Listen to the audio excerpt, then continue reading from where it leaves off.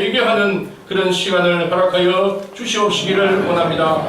하나님 아버지, 우리가 교회를 위하여, 노회를 위하여, 우리 교단 총회를 위하여 기도할 수 있게 하시고, 하나님 아버지, 교단과 노회와 교회가 바로 서가기에 하나님 부족함 없도록 날마다 저들이 기도하는 우리들 되어서 하나님 우리 예정년을 통하여 하나님이 총회와 노회와 교회가 살아나가는데 하나님 큰 역할을 감당하는 우리 예정년이 될 수 있도록 하나님 인도하여 주시옵시기를 원합니다.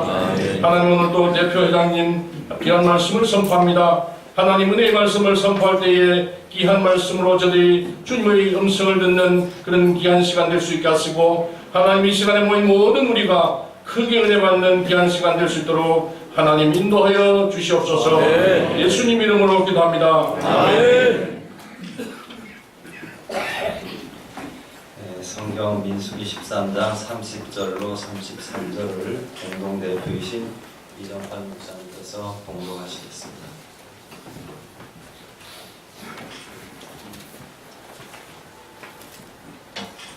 민수기 13장 30절입니다. 갈렙이 모세 앞에서 백성을 조용하게 하고 이르되 우리가 곧 올라가서 그 땅을 취하자 능히 이기리라 하나 그와 함께 올라갔던 사람들은 이르되 우리는 능히 올라가서 그 백성을 치지 못하리라.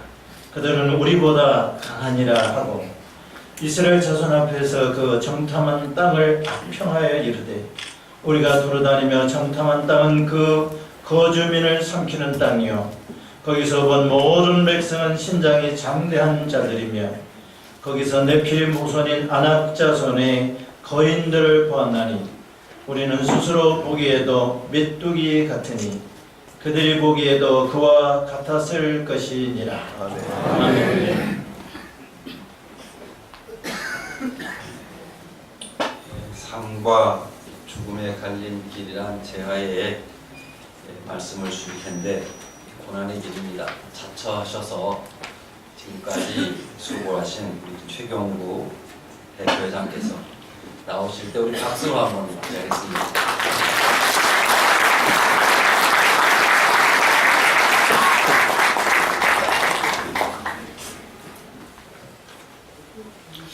기도하겠습니다. 거룩하신 아버지, 은혜를 감사합니다. 부족한 종을 오늘도 깡단에 세워주셨는 지옵소서. 예수님 이름으로 기도드립니다. 아멘. 제가 박수박을 그린 이런 사실이 아니고 하나님께서 다 하신 일이고 여러분들이 관심을 가지고 여러분들도 이렇게 많이 참석해 주셔서 지금까지 예정년이 짧은 기간에 이렇게 분들이 서게 되었습니다. 자, 박수는 여러분들이 받으실 박수라고 생각이 듭니다. 우리 옆에 분들 한번 인사하겠습니다. 우리 만나서 반갑습니다. 오시기를 잘하셨습니다. 다시 한번 오시기를 잘하셨습니다.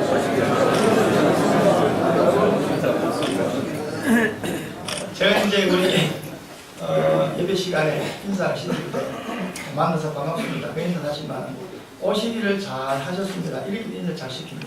그게 성경적인 인사죠. 사도행전 10장에 보니까 그 고넬료가 베드로가 자기 집 갔을 때 우리 집 오시기를 잘하셨습니다. 이렇게 인사하더라고요. 그래서 제가 이제 그렇게 인사 가끔 시키고 너무나 감사하고요. 오늘 이 제목이 참, 이 제목도 뭐를 정말까 생각해 보시면 되더라고요. 그러다 이제 기도 가운데 삶과 죽음의 갈림길 이렇게 지냈습니다. 제가 만 19세에 제가 초등학교 교사 첫 부임을 했습니다. 경상도 울진에 첫 교사를 제가 갔는데 공부를 못해가지고 울진을 간 게 아니고 저는 육지에 안동에 살기 때문에 바닷가에 좀 가봤으면 좋겠다 해서 제가 자원해서 그때 울진 공기 침투했잖아요, 그죠? 그때 제가 울진을 지원해서 교사를 갔었습니다. 그런데 마침 그 학교는 바닷가에 있었어요. 있어서 제가 가끔 이제 바닷가에 낚시를 나갑니다. 그래서 어느 날 서울에 있는 친구가 자기 애인을 데리고 왔는데 그 바다에 낚시를 하러 갔습니다. 바다에 갯바위가 있잖아요. 그래서 저는 갯바위 조금 물들이 바닷가에서 갯바위 쪽으로 향해서 들어가서 낚시를 하는데 근데 이상하게 그 정태가 죄송합니다. 그 설거지는 떨려서 물을 잘 마십니다. 그런데 갑자기 멀쩡한 날씨인데 집덩이나 파도 확 미쳐 들어오더라고요. 그래서 그래서 이제 그 친구가 내가 아이고 큰일 집어자 이제 그 바위에서 나가다 보니까 모자를 쓰고 들어가 놓고 나왔었어요. 그래서 그 친구는 그냥 가고 나는 모자를 가지고 나가야 되지 다시 돌아오는데 파도가 확 접쳐버렸어요. 그래서 그때는 제가 장가가기 전인데 휩쓸려 들어갔습니다. 그래서 집중하는 파도가 들어왔는데 제가 성경이 정신이 멀쩡하더라고요. 야, 내가 이렇게 죽구나. 사람이 죽는다 하더니 이렇게 죽는구나. 이런 생각이 딱 들더라고요. 야, 죽으면서 이 부모한테 말도 못하고 이 옆에 있는 친구가 옆에 있는데 이 친구한테 말도 못하고 이렇게 죽는구나 싶더라고요. 그러다가 어느 생각이 탁 드는 날에는 그래도 죽을 값이야 그냥 발버둥을 쳐보자. 이렇게 해서 막 발버둥을 쳤습니다. 그때가 1971년도입니다. 지금 또 한 50년 됐을 거예요. 발버둥을 쳤습니다. 근데 뭐가 딱 잡히더라고. 그래서 보니까 이제 그때 돌이더라고요. 그래서 그걸 딱 잡았어요. 그래 붙들고 그때 예수 안 믿을 때였으니까 하여튼 이거 붙들고서 살려다 말도 안 나오고 뭐 죽었다는 생각을 하면서 붙들어졌어요.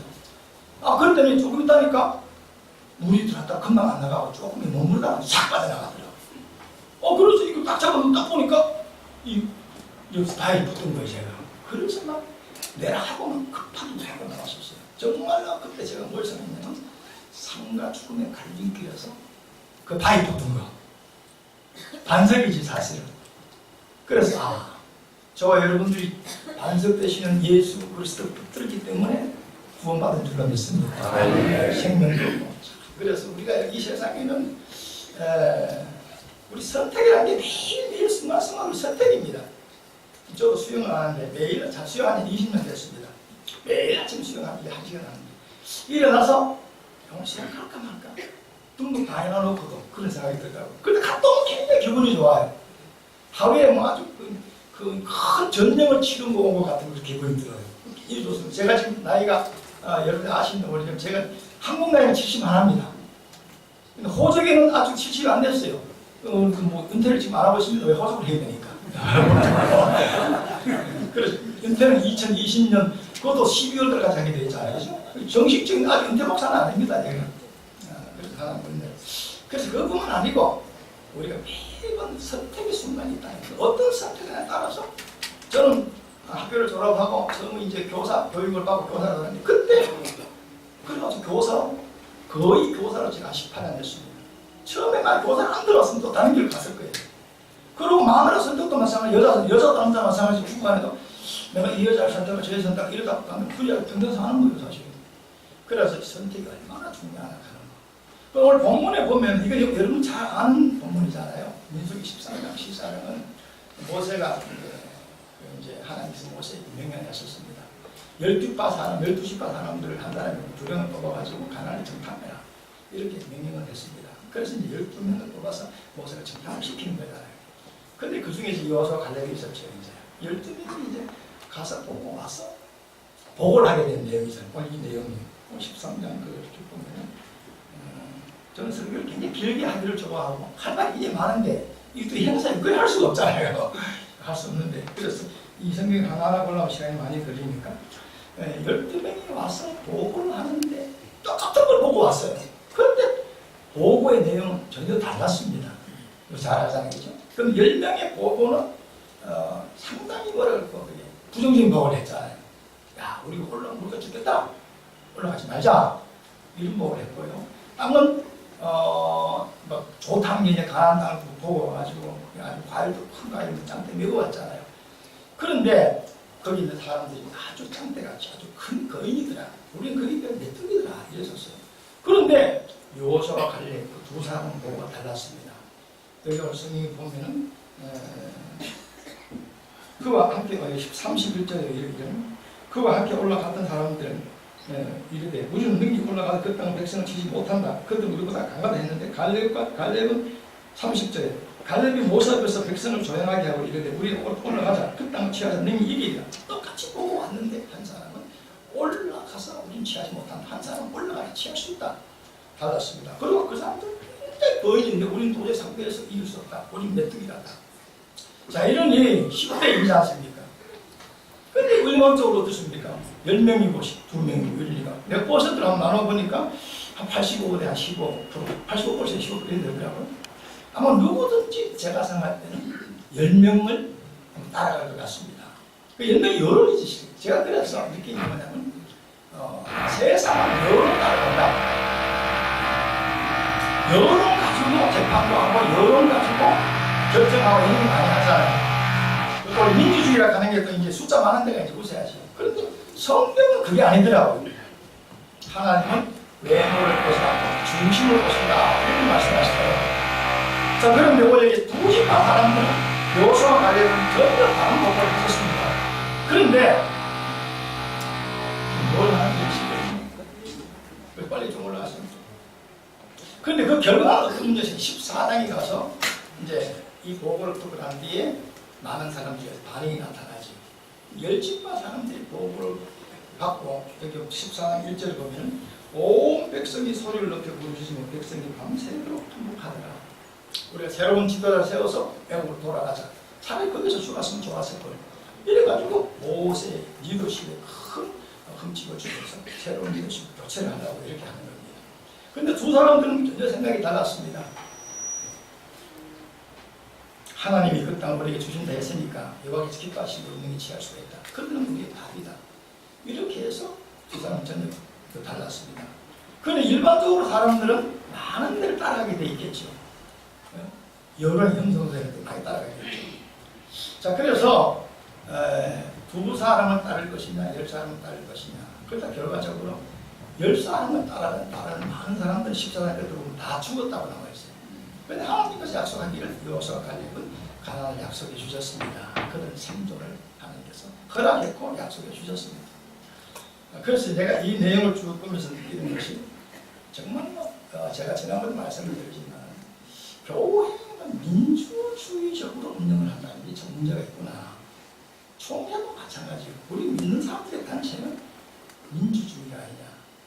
사람들이 많은 사람들이 요구하고 많은 사람들이 좋아하는 대로 따라가다니 문제가 생기겠구나. 그걸 느꼈습니다. 그래서 제가 이거를 이렇게 생각했어요. 첫 번째 이 본문에서 여기는 10명과 2명인데 이건 신봉과 인본의 대결이다. 그렇게 생각했습니다. 여호수아와 갈렙은 뭡니까? 똑같이 보고 왔습니다. 그 사람 장대가 크고 자기들은 사실 적습니다. 그러고 성곽도 아주 튼튼하다 했고요. 인간적으로 봤을 때 도저히 거기 올라가서 이길 수 없다. 그 땅을 취할 수 없다는 게 맞아요. 그런데 여호수아와 갈렙은 철저히 믿음의 사람이 있었습니다. 우리 한번 따라합시다. 예수를 바라보자. 예수를 바라보자. 자, 예수님을 바라보고 하나님을 바라본 겁니다. 그 환경을 바라본 게 아니죠. 그리고 신봉, 이 사람은 인간적인 생각을 하게 됐죠. 자기의 경험과 생각과 지금까지 어떤 이성적인 판단, 그 환경과 이런 걸 받게 된 거죠. 자, 그래서 그 사람 도저히 올라가면 안 되겠다. 우리 올라가면 망한다. 자, 이렇게 했습니다. 그리고 많은 사람들은 누굴 따라가냐? 10명의 보고를 쫓아서 많은 사람들이 그쪽으로 따라가게 되는 거고요. 그렇게 백성들이 혼동이 생겼잖아요. 여러분들이 여론이 조성된다고 해서 그것이 맞는 것은 분명한 거 아닙니다. 우리 작년에 103명이 총회에서도 여론 따라가서 문제가 된 거잖아요. 여러분 1000명 중에서 한 명이 하나님의 사람이 있으면 그 사람을 따라가야 살 길입니다. 믿습니까? 어느 길을 선택하느냐, 누구를 따를 것이냐, 선택을 어느 선택을 할 것이냐에 따라 삶과 죽음이 생겼었어요. 10사람의 보고를 따라가는 사람들 마지막에 보니까 다 광야에서 죽었더라는 거예요. 그런데 2사람을 다른 사람들은 물론 그 광야에 태어난 사람들이지만 그 사람들 가나안에 다 들어가게 되었습니다. 그래서 신봉과 인본, 지금도 이 세상에서는 항상 우리가 무슨 일을 하려면 어떻습니까? 하나님이 기뻐하는 대로 할 것인가, 아니면 내 생각대로 할 것인가, 두 가지가 왔다 갔다 합니다. 그때 우리가 어떻게 결정해야 될 것이냐? 하나님이 기뻐하는 것, 하나님의 중심으로 결정해서 따라가시기를 주의 이름으로 축원합니다. 신봉과 인본의 대결, 우리가 성경에 보면 그런 얘기 많이 나오죠. 어떻게 보면 이건 한 육신과 영의 대결이다.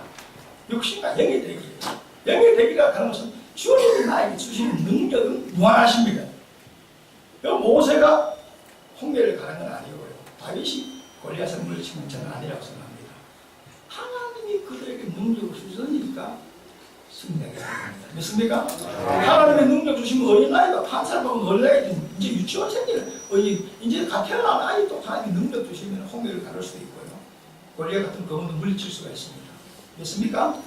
우리 뭡니까? 항상 주의 힘으로, 주님의 능력으로 우리가 나가야 되겠다. 우리 예정에는 기도하고 정말 주님 뜻이 무엇인가 그걸 알고 거기에 안타까워 하는 사람들이 오늘 모여서 기도하러 모인 줄로 믿습니다.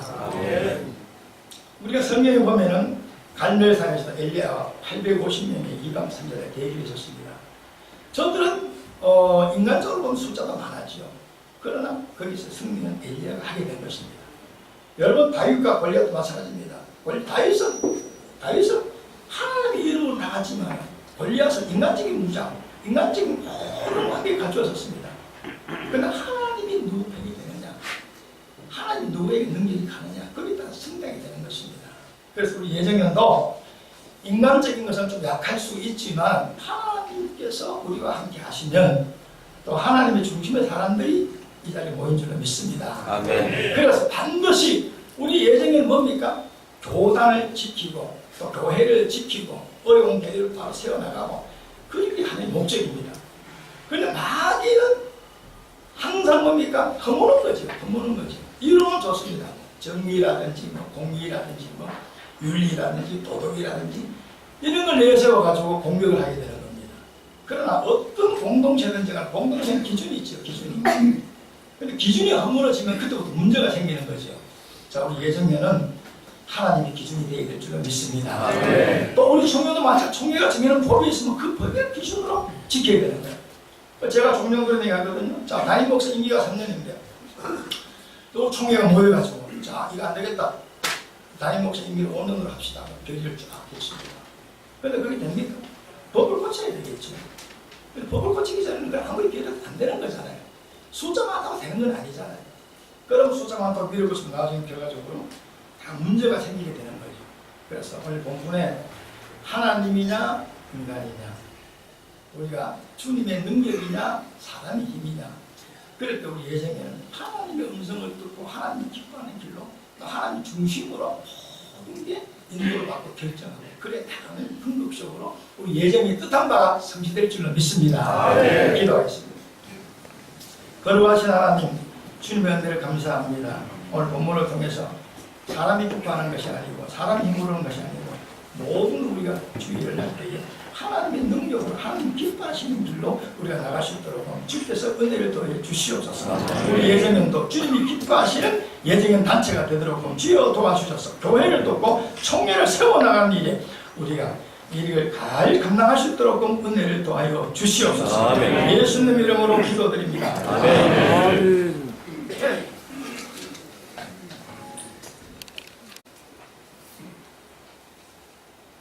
지금은 우리 주 예수 그리스도의 은혜와 하나님 아버지의 무한하신 사랑과 성령님의 감동과 감화 교통교제 충만 역사하시니 삶과 죽음의 갈림길에서 반석을 붙들었을 때에 살아나듯이 나의 만세 반석이 되신 예수 붙들고 만군의 여호와 하나님의 능하신 손 붙들고 나아가기를 원하는 우리 예정연 회와 함께 달려온 우리 사랑하는 권속들 위해 지금으로부터 영원토록 함께 하시기를 간절히 축원하옵나이다. 아멘.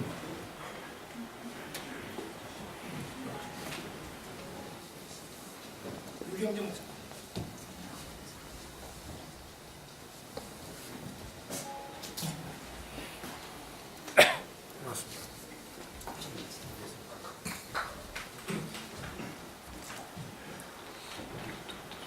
예배를 마쳤습니다. 이제부터 세미나 시간을 갖겠습니다. 먼저 장신대 여기 스크린 좀 이 조대 목사님 스크린. 스크린이야, 스크린.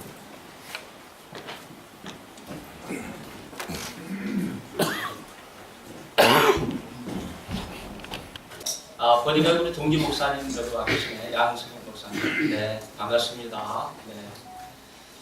한 30여 년 전에 신학 공부 같이 했는데 이렇게 계시니까 든든하고, 네. 우리 하나님께서 우리 통합교단과 장로신학대학교에 큰 은혜 베풀어 주시기를 간절히 기원합니다. 저한테 주신 주제가 있기 때문에 제가 이 주제에 충실해서 여러분에게 말씀을 드리려고 합니다.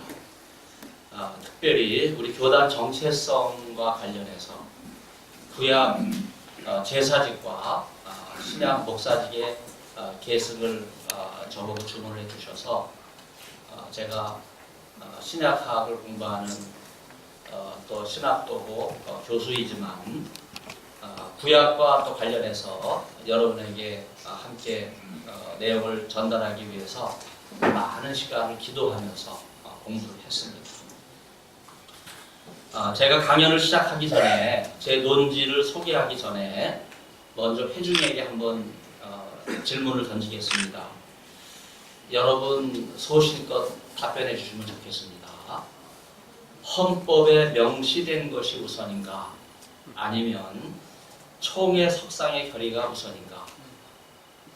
여러분 어떻게 생각하십니까? 헌법에 명시된 단임 목사 청빙에 관한 법이 우선이고 헌법 정신이 우선이죠.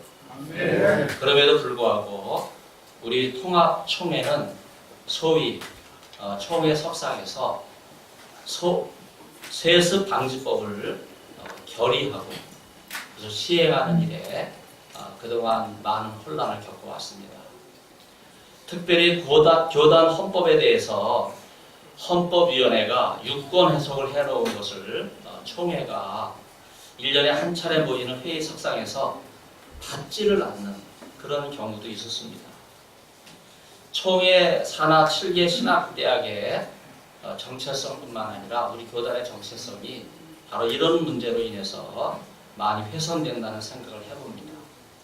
더군다나 총회장은 총회를 진행할 때 헌법에 따라서 진행을 해야 되는데 개인적인 소신이나 정치적인 입장으로 진행을 해서는 더군다나 안 됩니다. 이를 심각하게 여기고 세습 방지법이야말로 인권 침해 소지가 있다. 또 위헌적 요소가 있다.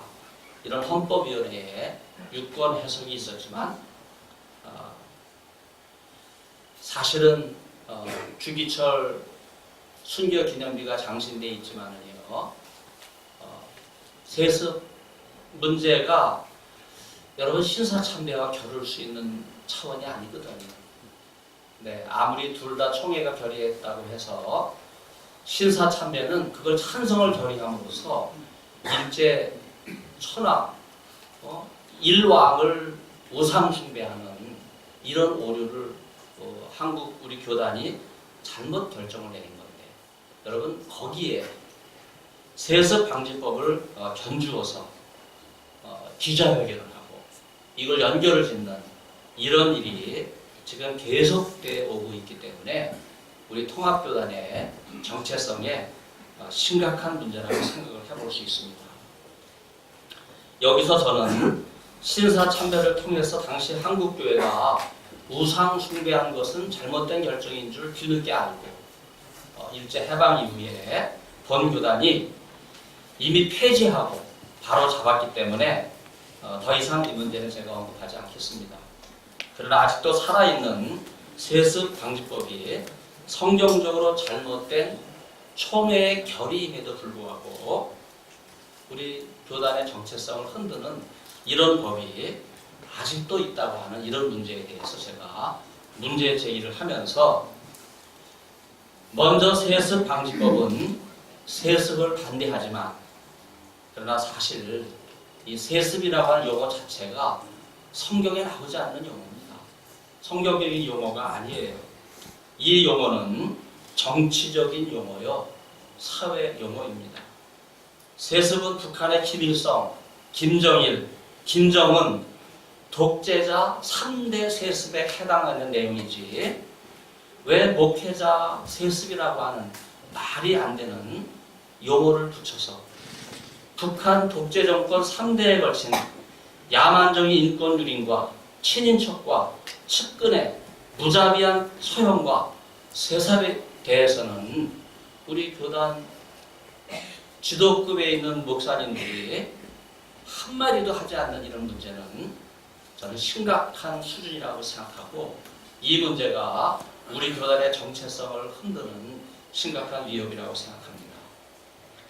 특별히 비상장 계열사를 넘긴 후에 즉시 일감을 몰아준 다음에 올린 수익을 나머지 계열사들의 지분을 사들이도록 해서 증여세 한 푼도 내지 않고 그들의 지배력을 넘겨받는 경영세습을 흔히 승계라고 이야기하는데, 우리 교단 목사님들 가운데 이런 승계를 계승과 혼동하고 오해하는 그런 분들도 계십니다. 그러나 경영세습을 뜻하는 승계는 목회 계승과는 근본적으로 다른 의미입니다. 오히려 계승이라는 단어를 제가 국어사전에서 찾아보니까 이렇게 정의를 내리고 있어요. 조상의 전통이나 문화유산, 업적 따위를 물려받아 이어나감, 이렇게 정의를 함으로써 그 아주 시원하게 설명되어 있는데, 이 점에서 앞뒤 단어만 바꾸는 게 아니에요. 승계가 계승과 같은 의미가 아닙니다. 정치 용어와 사회 용어인 세습은 경제 용어인 승계와는 분명히 달리 성경적 용어인 계승은, 여러분 옛날 구역성경에 히브리서에서 멜기세덱의 반차 많이 들어보셨죠? 지금 개정 개혁하는 계열이라고 번역을 해놨습니다. 그래서 계승이라는 단어는 반차 혹은 계열이라고 하는 단어와 더불어서 성경에 직접 사용된 단어이기 때문에 오늘 본 강연에서는 그 성경적 의미를 찾아보고자 합니다. 교계나 사회에서 흔히 말하는 정치적, 사회적 용어인 세습이나 대물림이라고 하는 단어는 북한 3대 세습에나 해당되는 거고, 대기업 총수가 경영권을 자기 직계에게 물려주는 사회적 승계에 해당되는 비성경적 용어임에도 불구하고 본 교단이 포퓰리즘에 편승해서 사회적, 정치적 분위기에서 세습이라고 하는 단어를 너무 난무하고 부적절하게 사용하는 이런 일, 비판이 있다 보니까 대물림이라고 하는 용어로 바꿔서 사용하는데, 이것도 변칙적인 거예요. 성경적인 용어가 아닙니다. 교회는 누군가가 사임을 하면 아들이 아니더라도 그 뒤를 이어가는 것이 자명한 일입니다. 이미 여러 교회가 후임자를 직계나 사위가 아닌 제3의 인물에 맡겨서 후임 목사직을 이어가게 하였지만, 심지어 몇몇 신학교의 교수 출신을 포함해서 몇몇 목회자들이 사실은 목회가 검증되지 않았음에도 불구하고 부임해서 사실은 목회에 몰두하기보다는요, 불필요한 소송과 불행한 일로 인해서 해당 교회에 어려움을 주는 이런 일들이 지금 너무나 많습니다. 그럼에도 불구하고 한번 후임 자리를 꿰차면 자기 자리를 지키기에 급급해서 결국은 교단을 어렵게 하고 교회에 심각한 위협이 되게 하는 이런 상황을 우리는 깊이 성찰해야 됩니다. 제사 직분의 변경과 율법의 폐지에 대해서 말씀을 드리면, 세간의 구약학자들 가운데서도 제가 이 세습이나 승계가 비성경적인 단어다 이렇게 지적을 하는 것에 아랑곳하지 않고, 여러분 구약 성경을 보면 역대하 22장 1절, 시편 45편 17절, 예레미야 16장 19절, 제가 작년 12월 창립 총회 때 이 규절에 대한 상세한 설명을 했기 때문에 오늘 이 자리에서는 생략하겠습니다. 거기에 바로 구약 성경이 계승이라는 단어를 3번이나 명백하게 언급하고 있어요.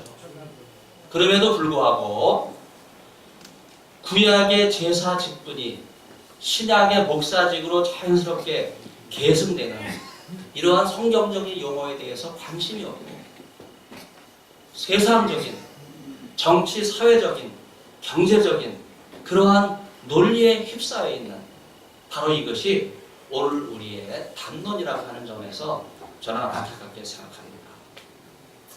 오늘 저는 히브리서 7장 12절을 먼저 소개하려고 하는데, 제가 사역을 했어요.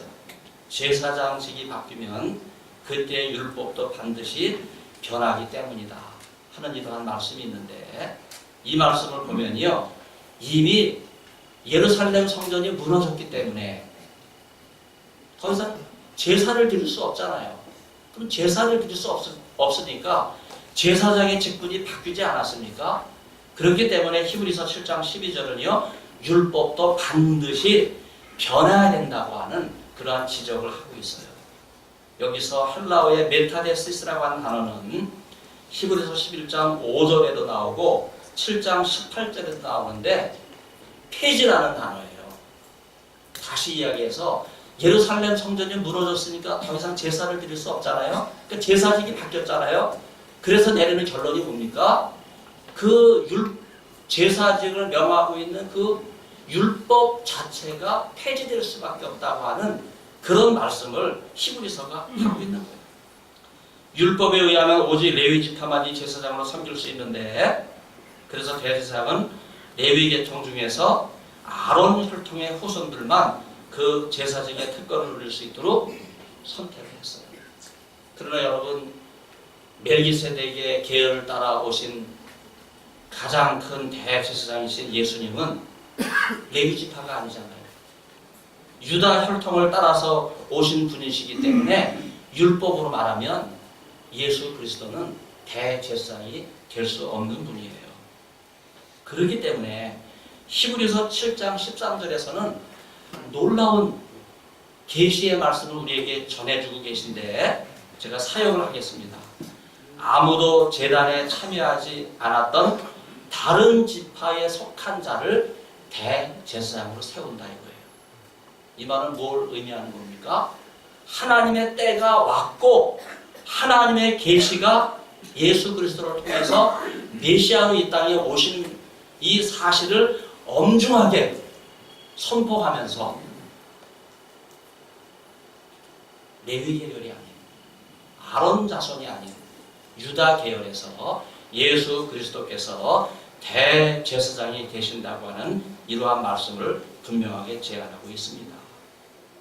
이 점에서 히브리서는 율법의 기초인 제사장직은 이제 그리스도 안에서 폐지되었다고 선언하는 것입니다. 여기서 제사장직과 율법이 공동 운명의 관계로 이해되고 있습니다. 그러므로 제사장직이 바뀌게 되면 율법은 공동 운명을 띠기 때문에 자연스럽게 변화되고 그 결과는 폐지될 수밖에 없다고 한 거예요. 여기서 구약 성경의 시편과 예언서에서 율법과 제사장직의 변화를 암시하고 있고, 마태복음의 산상수훈과 제가 처음에 봉독해드린 히브리서 7장 12절의 내용을 연결을 해볼 때 제사장직이 바뀌게 되면 율법은 폐지될 수밖에 없다고 하는 이러한 말씀입니다. 그러므로 히브리서 7장 11절로 19절은요 짧지만은 구약과 제사직이지요 신약의 목회직을 계승이라고 하는 차원에서 멜기세덱이 레위보다 우월함을 설명하는 근거를 통해서 바로 그리스도께서 멜기세덱의 계열을 쫓은 제사장이 되셨다 이렇게 말씀하시면서 그리스도의 제사장직이 레위 계통의 제사장직보다 우월하다 분명하게 밝히고 있습니다. 히브리서의 관심은요 멜기세덱의 제사장직이 아닌 하나님께서 의도하시고 하나님께서 계획하시고 경륜 가운데서 그리스도의 제사장직은 레위 제사장 계열이 아닌 멜기세덱 제사장 계열, 즉 새로운 제사장 계열을 쫓은 것이며 그리스도를 통해서 새롭고 보다 완전한 제사장직이 출현하게 되었다고 하는 것을 분명하게 보여주는 데 있습니다. 그러므로 저는 이런 상황에서 예수 그리스도 안에서 구약의 율법은 폐지되었다고 하는 말씀을 좀 더 설명해 드리겠습니다. 히브리서가 이제 제사장직분이 변경되었고 이제 일종의 유대교의 이런 선언은 일종의 반란처럼 들려줄 수 있는데, 그러나 히브리서 이러한 논증과 주장은요 구약 성경에 예언적으로 선편된 말씀에서 그 근거를 찾을 수가 있습니다. 멜기세덱의 계열을 따르는 영원한 제사장이 있을 것이라는 충격적인 선포에서 이제 레위 계열의 제사장직에 대한 종말을 암시하면서 마침내 예수 그리스도께서 그 예언을 실현하기 위해서 이 세상에 오셨다. 그러므로 히브리서는 제사장 직분의 변화나 율법의 폐지는 벌써 예수 그리스도를 통해서 실현되었다고 하는 거예요. 그래서 히브리서 전체에서는요, 예수 그리스도께서 취하신 중요한 직임 중에 하나가 제사장직입니다. 특히 히브리서는 제사장들 중에 최고의 직임인 대제사장으로 표현하면서 다른 신약 성경과 구약 성경 어디에서도 이 대제사장직을 이렇게 충실하게 설명해 놓은 성경이 없을 정도로 바로 예수님께서 제사장직에 참여하셨다 이렇게 분명하게 논증을 하고 있습니다. 그런 점에서 유대교에서는요, 레위 지파 외에는 제사장직에 참여할 수 있는 길이 없기 때문에 이러한 율법에 의하면 예수님도 제사장직에 참여할 수 없는 그런 법을 만들어 놓고 있는 거예요. 쿰란 공동체는 이러한 상황을 정확하게 파악하고 있었기 때문에 메시아는 어디에서 오시는가?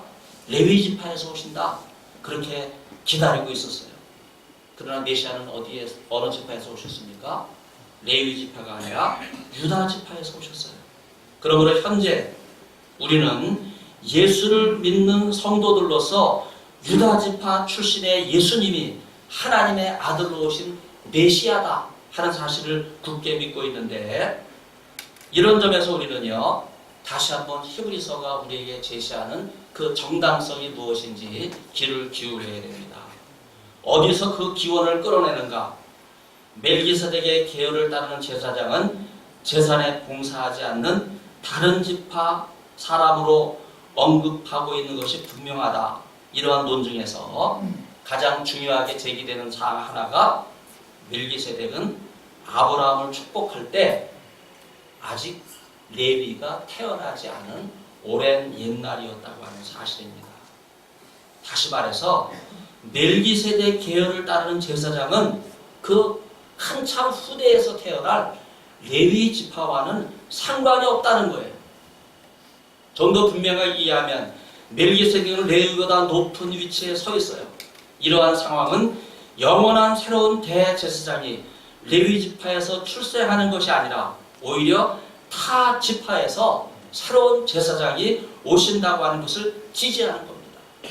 그렇기 때문에 시편 110편 4절에서는 여호와께서는 맹세하고 변하지 아니하시리라 이르기를 너는 멜기세덱의 계율을 따라 영원한 제사장이라 하였도다 하는 이 말씀을 히브리서가 그대로 따라 인용하면서 제사장직이 변경되고 율법이 폐지되고 레위 지파가 아니라 유다 지파에서 새로운 제사장이 나올 것이라고 하는 놀라운 선언을 하고 있는 것입니다. 그러면 구약 제사직과 신약 목사직의 계승이 어떻게 이어지는지 말씀을 드리겠습니다. 계승 이전에 구약 제사직의 폐지는 이미 여러분이 충분히 이해하셨으리라 생각하고, 이제는 어떻게 구약 시대부터 제사장직을 레위 지파와 사독 계열에 물려주는 이러한 전통이 바뀌게 됐는지 제가 말씀을 드리겠습니다.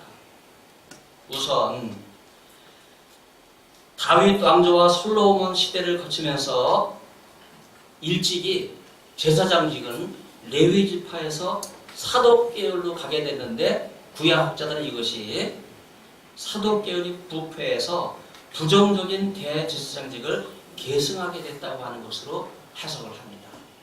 더군다나 이게 정치적으로 결탁해서 여러분이 너무나 잘 알고 있는 안티오코스 에피판에서 4세 아시죠?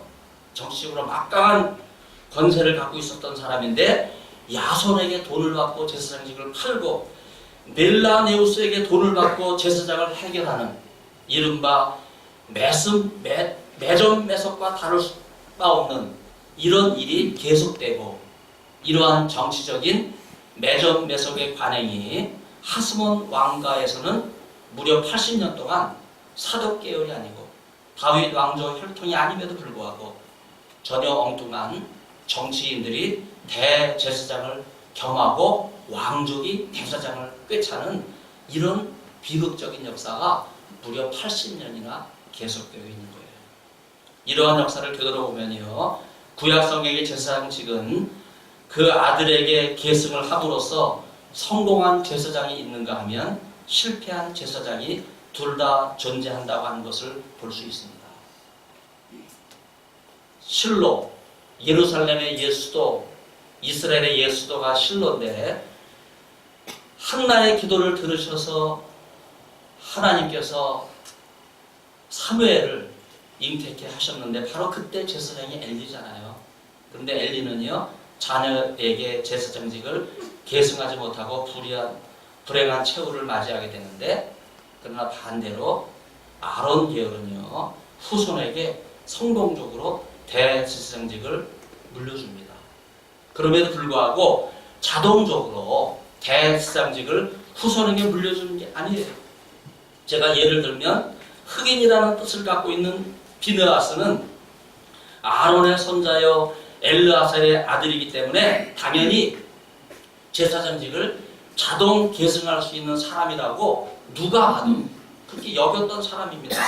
그럼에도 불구하고 그때 시딤에 모여있던 이스라엘 백성들이 모압 여인들의 유혹에 넘어가서 바알 부호를 섬기는 우상 숭배가 많이 나게 되었을 때, 여러분 이때 비느하스는요, 우리가 볼 때 좀 너무 지나치다 싶을 정도로 이스라엘 백성들에게 헤렘법을 적용합니다.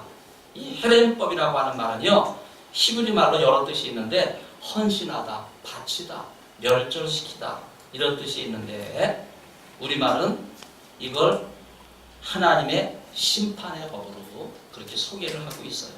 그래서 가나안 원주민들의 우상 숭배에 물들지 말라고 하는 강력한 심판의 말씀을 하면서 비느하스가 스스로를 하나님 앞에 굳게 세우고 하나님의 사람으로 귀한 사역을 감당하겠다 이렇게 했기 때문에 그는 선친의 제사장직을 계승할 수 있었어요.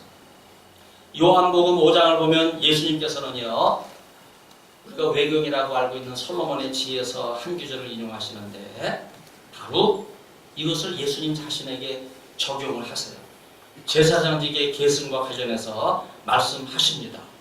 우리는 이것을 하나님과의 관계의 유비, 예수님께서는 하나님의 아들로 오신 분이기 때문에 이것을 아버지와 그 아들이 하나님의 거룩하신 뜻을 이어가는 이 계승이라는 하는 차원에서 우리는 이어갈 수 있기 때문에 바로 제사장 가문에서 제사장이 나오듯이 신약시대에 목회자 가문에서 목회자가 나온다고 하는, 여러분 이러한 사실과 우리는 관계 유비에서 생각을 해볼 수 있어요. 특별히 계승이라는 단어는 신약성경에서 계열, 반차라고 하는 탁시스라고 하는 단어와 연결이 되는데 이것은 규례를 따라 정해진 계승이라고 하는 뜻으로 사용되고 히브리서에서는요, 구약의 제사직이 계속해서 이어져 내려가는 것을 말씀하고 있습니다. 그런데 이러한 계열은요, 한 가지 중요한 차원이 있어요. 사람을 섬기는 게 아닙니다. 하나님을 섬기는 거예요. 그런 점에서 우리가 레이투르곤, 레이투르기야, 예배라고 하는 단어로 이해하고 있지만 사실 헬라어에서 이 레이투르기야, 레이투르곤이라고 하는 단어는요, 섬긴다는 뜻이에요. 봉사한다는 뜻이에요. 하나님 앞에 부름받은 제사장으로서 엄숙하게 하나님께 봉사한다고 하는 이런 의미를 갖고 있습니다. 그런 점에서 멜기세덱은 히브리서 6장 20절에 의하면요, 유일무이한 하나님의 대제사장으로 오신 예수님이야말로 하나님을 섬기기에 가장 적당한 분이시기 때문에 영원히 대제사장이 되어 우리를 위하여 성소에 들어가심으로써 지성소의 휘장을 걷어내시고 하나님의 약속을 우리에게 실현시키시는 놀라운 비전을 보여주신 분이라고 그렇게 말씀하고 있습니다. 구약의 율법에 따르면 그리스도는 아론 계열이 아니기 때문에 원칙적으로는 이러한 제사장직을 승계받을 수가 없어요. 그럼에도 불구하고 하나님께서 멜기세덱의 계열을 따라 영원한 언약을 직접 받아서 감당하시도록 불러주셨기 때문에 예수 그리스도는요, 사실 엄밀하게 말하면 멜기세덱의 계열을 계승하신 분이라기보다는요, 멜기세덱보다 뛰어나신 분이시다. 바로 히브리서가 우리에게 강조하는 것이 이거예요. 모세보다 뛰어나시니, 천사보다 뛰어나시니, 멜기세덱보다 뛰어나시니, 바로 이것이 메시아로 오신 예수님의 목회적 계승에 대해서 말씀하고 있습니다. 이러한 사실은 계속 목회라고 하는 차원에서 한국교회에서 후임자가 전임자를 이어받는 대제사장으로 오신 예수 그리스도의 뒤를 계승함으로써 하나님을 섬기는 제사장직, 목회직을 계승한다고 하는 차원에서 이 말씀은 너무나 중요한 가르침입니다. 바로 이것이 성경이 가르치는 목회 계승이고, 이러한 목회 계승은 구약 제사직이 신약 목사직의 계승으로 이어지고 있는 차원에서 너무나 중요한 차원입니다. 제가 보면요, 한국에서만 유독 포퓰리즘에 휩쓸려서 목회 계승을 거부하고 우리 교단마저도 세습 방지법을 결의한 것은 너무나 안타까운 일이에요. 제사직이 변경되었기 때문에 율법은 폐지되어야 한다고 하는 히브리서의 가르침을 우리 교단은 귀를 기울여 들어야 됩니다. 동성애를 찬성한 미국 감리교단이 최근 뉴스를 보면요, 다시 번복을 하면서 교단 살리기에 안근함을 쓰고 있지만은 더 이상 신학교를 떠난 사람들이 목회자가 되지 않는 상황이 누적되고 있기 때문에 목회자가 없는 빈 교회가 많아지고 있어요. 이런 일이 일상이다 보니 북미와 유럽에서 아들이라도 후임 목사로 세우고자 하는 각고의 노력을 기울이고 있습니다. 제 동생이 30년 가까이 일본인을 위해서 선교하고 있는데 더 이상 목회자가 없어서 아들에게 신학을 시켜서 목회 개성을 도모하고자 하는 상황이 너무나 간절한 소망입니다. 이제 통합교단은 흔히 교단의 위기가 있기 때문에 신학교의 위기가 왔다, 이런 말을 그렇게 쉽게 해서는 안 됩니다. 사실은 정반대예요. 총회사나 신학교가 본질에서 벗어나 10년 전부터 치밀하게 결성된 세습 반대 연대와 같은 단체에 연결되어서 시비를 하고 인권이라고 하는 프레임에 갇혀서 동성애 반대의 목소리도 제대로 내지 못하니까 지금 한국교회가 공산주의에 맞서서 이슬람에 맞서서 싸워야 되는데 신학이 성경적이 아니고 교단의 정체성이 없다고 하는 이런 지적을 계속 받게 되는 상황까지 온 것에 우리는 귀를 기울여야 됩니다. 신학이 없으면 교단과 교회는 망합니다. 통합교단의 정체성은 성경에 근거한 신학으로 확립될 때 올바르게 세워질 수 있습니다. 제가 마지막으로 제104회 총회 헌의안을 두 가지를 말씀을 드립니다. 첫째는 악법도 법이기에 지켜야 하는 것이 아니라 성경의 가르침에 반하는 악법이므로 제104회 총회는 소위 세습 방지법을 폐지할 것을 청원합니다. 두 번째는 부목사가 동일교회의 담임목사가 되지 못하도록 한 소위 부목사 청빙 금지안도 성경이 가르치는 목회 계승의 차원에서 악법이므로 폐지할 것을 청원합니다. 제가 제안 설명을 드리면요, 이 두 가지 헌의안은 동일한 성격이지만 그러나 중요한 것은요, 성경적인 결정을 우리 교단이 내리지 못한 법이라고 하는 점에서 제고를 해야 됩니다. 지교회를 혼란에 빠뜨리고 소명을 받은 젊은 부목사들이 사역지가 없어서 방황하는 이런 일이 되풀이돼서는 안 돼요. 성경은 세습이라는 단어 대신에 계승이라는 단어를 사용해야 되고, 제사장의 계승을 오랜 미덕과 전통으로 다시 성경의 가르침으로 돌아가야 됩니다. 감독 제도나 통용된 세습 방지법을 장신대 조지신학 출신 어느 대형교회 은퇴 목사가, 제가 요약해서 소개하겠어요. 세습 방지법에 대해 감리교가 안타를 쳤으니 우리가 이 법을 제정하면 홈런을 치는 것입니다.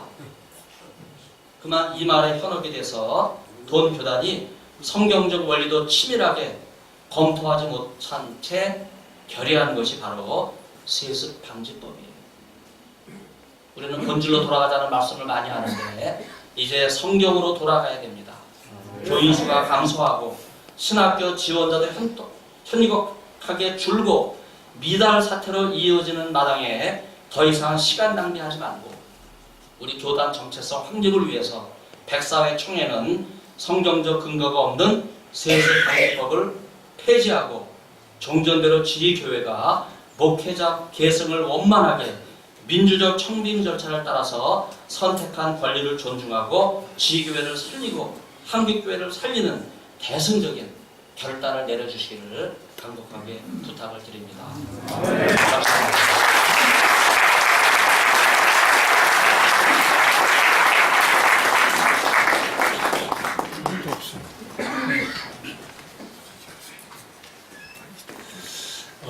옆에 사람 이렇게 좀 이렇게 등좀 이렇게 좀 해주시면 좋을 것 같아요. 조금. 자, 두 번째 세미나 시간입니다. 두 번째 시간에는 총회 현안 문제와 해결 방안 제시라고 하는 주제로 우리 김현은 목사님께서 강연해 주실 텐데요. 우리 김현은 목사님은 법학을 공부하셨습니다. 목차 한번 의견을 주세요.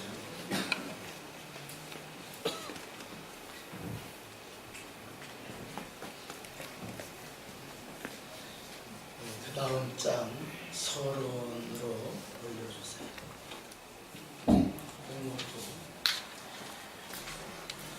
대한예수교 장로회 제103회 총회는 50년 만에 호남 땅 전북 익산에서 열렸어요. 딱 잘라 말하면 야당 법석이었습니다. 한마디로 대한예수교 장로회 총회는 이 103회기에 이법성 족학이 난무한 그러한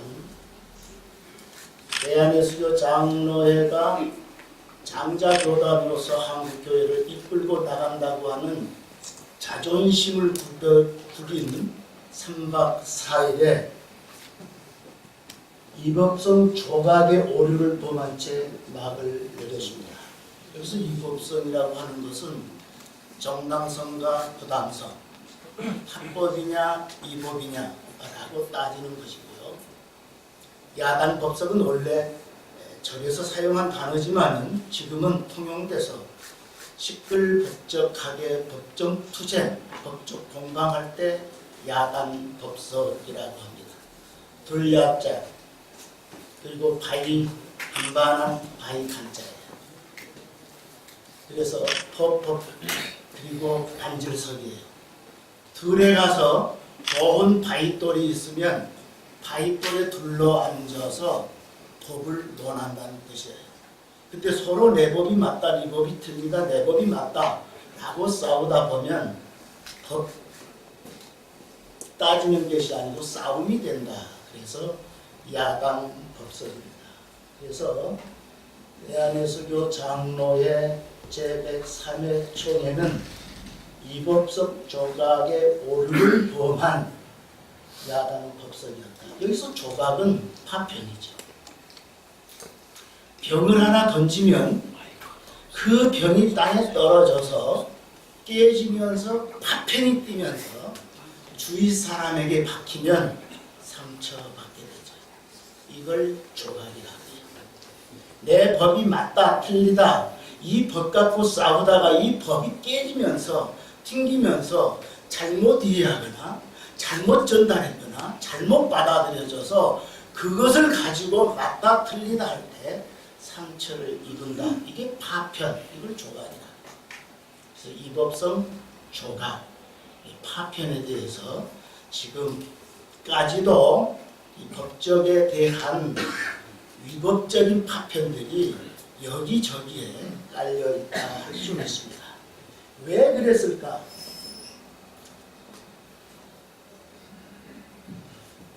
유니티 니프룸 처치 인 잉글랜드 파트너십 체인지 세미나에 한국 기독교 장로회 목사님 5분, 그리고 우리 통합측 목사님 7분, 그리고 현재 한일장신대학교 총장이죠. 부천수 교수님, 제 친구입니다만 영국에 초청반에서 갔을 때 영국에서 3가지를 영국 사람들이 자랑했어요. 사무엘이라고 하는 그 앤드류 목사님이 한국에는 유명한 것이 3개 있다. 하나는 삼성 TV라는 거죠. 영국에서는 영국도 안 본대요. 삼성 TV. 2번째는 LG 세탁기. 그리고 3번째는 장로교단의 성장. 장로교회 성장. 한국에 있는 영성교회. 그래서 자기들도 한국에 가면 꼭 가보고 싶다. 그리고 그들과 함께 요한 웨슬레이가 창시한 감리교 그리고 신앙 고백의 토유에 세워지는 웨스트민스터 신앙 사원 이런 것을 저희들이 구경했습니다만은 어김없이 제3세계 국가나 종교인들은 한국에 오면 장로교회 모델을 봐요. 프랑스의 칼빈이 장로교회 창시자고 시조지만은 그래도 우리 한국교회 장로교회 아버지는 언더우드 1885년 4월 5일 부활절에서부터 우리 한국의 장로교가 자랐어요. 이 한국의 장로교가 자라면서 잘 성장한 교회들이 우리 한국 장로 영국 사람들이 부러워요.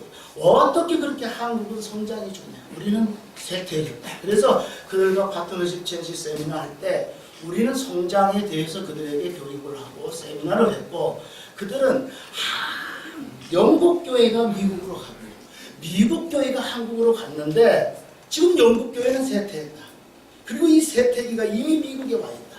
그리고 앞으로도 한국에 그대로 오지 않을 거냐. 그러므로 한국에도 빨리 대안을 마련해야 될 것이다 라고 하는 것을 그들은 우리에게 어필을 했고 우리는 한국교회의 성장은 성령운동과 새벽 기도회라고 하는 것으로 어필하면서 교육을 했습니다. 이때 그들은 영성교회에 가보고 싶다 그래서 좀 올려주시고요.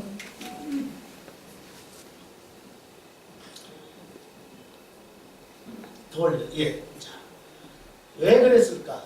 이 큰 나무는 바람 잘라 높다. 그래서 옛날 제 아버님이 학교 교편생활 할 때 늘 얘기해줘요. 이 바람도 잔잔하고 부드럽고 온유한 바람은 참 인간에게 유익하대요. 그래서 한이바람이 불면 사람들은 아하 이제 서늘한 비가 내리면서 또 농부들에게 농밭 갈 수 있고 곡식을 여물게 할 수 있는 그런 바람이 분다. 그래서 한이바람은 농부들의 바람입니다. 그래서 이 한이바람이 불 때는 참 농부들이 좋아한대요. 새바람이 불 때는 동쪽에서 바람이 불면서 이 뱃놀이 하신 분들이 돛을 올릴 때 이 배가 잘 나간대요. 어부들의 바람이에요. 새바람. 이 새바람 어부들 바람인데 이 높바람이라고 하는 높새 바람은 상당히 강해서 바람의 예측 불허예요. 물론 우리 사전적 의미로 찾아보면 태백산맥을 넘어오면서 태백산맥과 충돌해서 내려오는 바람은 그 해오리 바람을 일으키기도 하고 찬바람을 일으키기도 한다는 것인데요. 이 높바람이라고 그러고 또는 높새바람이에요. 이 바람이 불면 곡식도 넘어지고 뜰 안에 있는 하초들도 다 부러지고 상해요. 우리 총회 103회기 총회는 바람으로 치면 강풍이에요. 유로 불러라면 강풍이에요. 바람이 참 안 좋은 바람인데 이제 이 바람이 좀 우리 설교할 때 나타납니다. 바람이 마귀의 장난, 마귀의 바람은 깨지게 하고 갈라지게 하지만은 성령의 바람은 하나로 이제 대한예수교 장로회 제104회기는 좀 하나가 돼서 잘 뭉쳐져서 성령의 바람으로 하나 되기를 바라면서 본론으로 들어가고자 합니다. 103회기의 총회 이슈가 됐던 것은 명성교회라고 하는 담임 목사 청빙권이었어요. 올려주세요.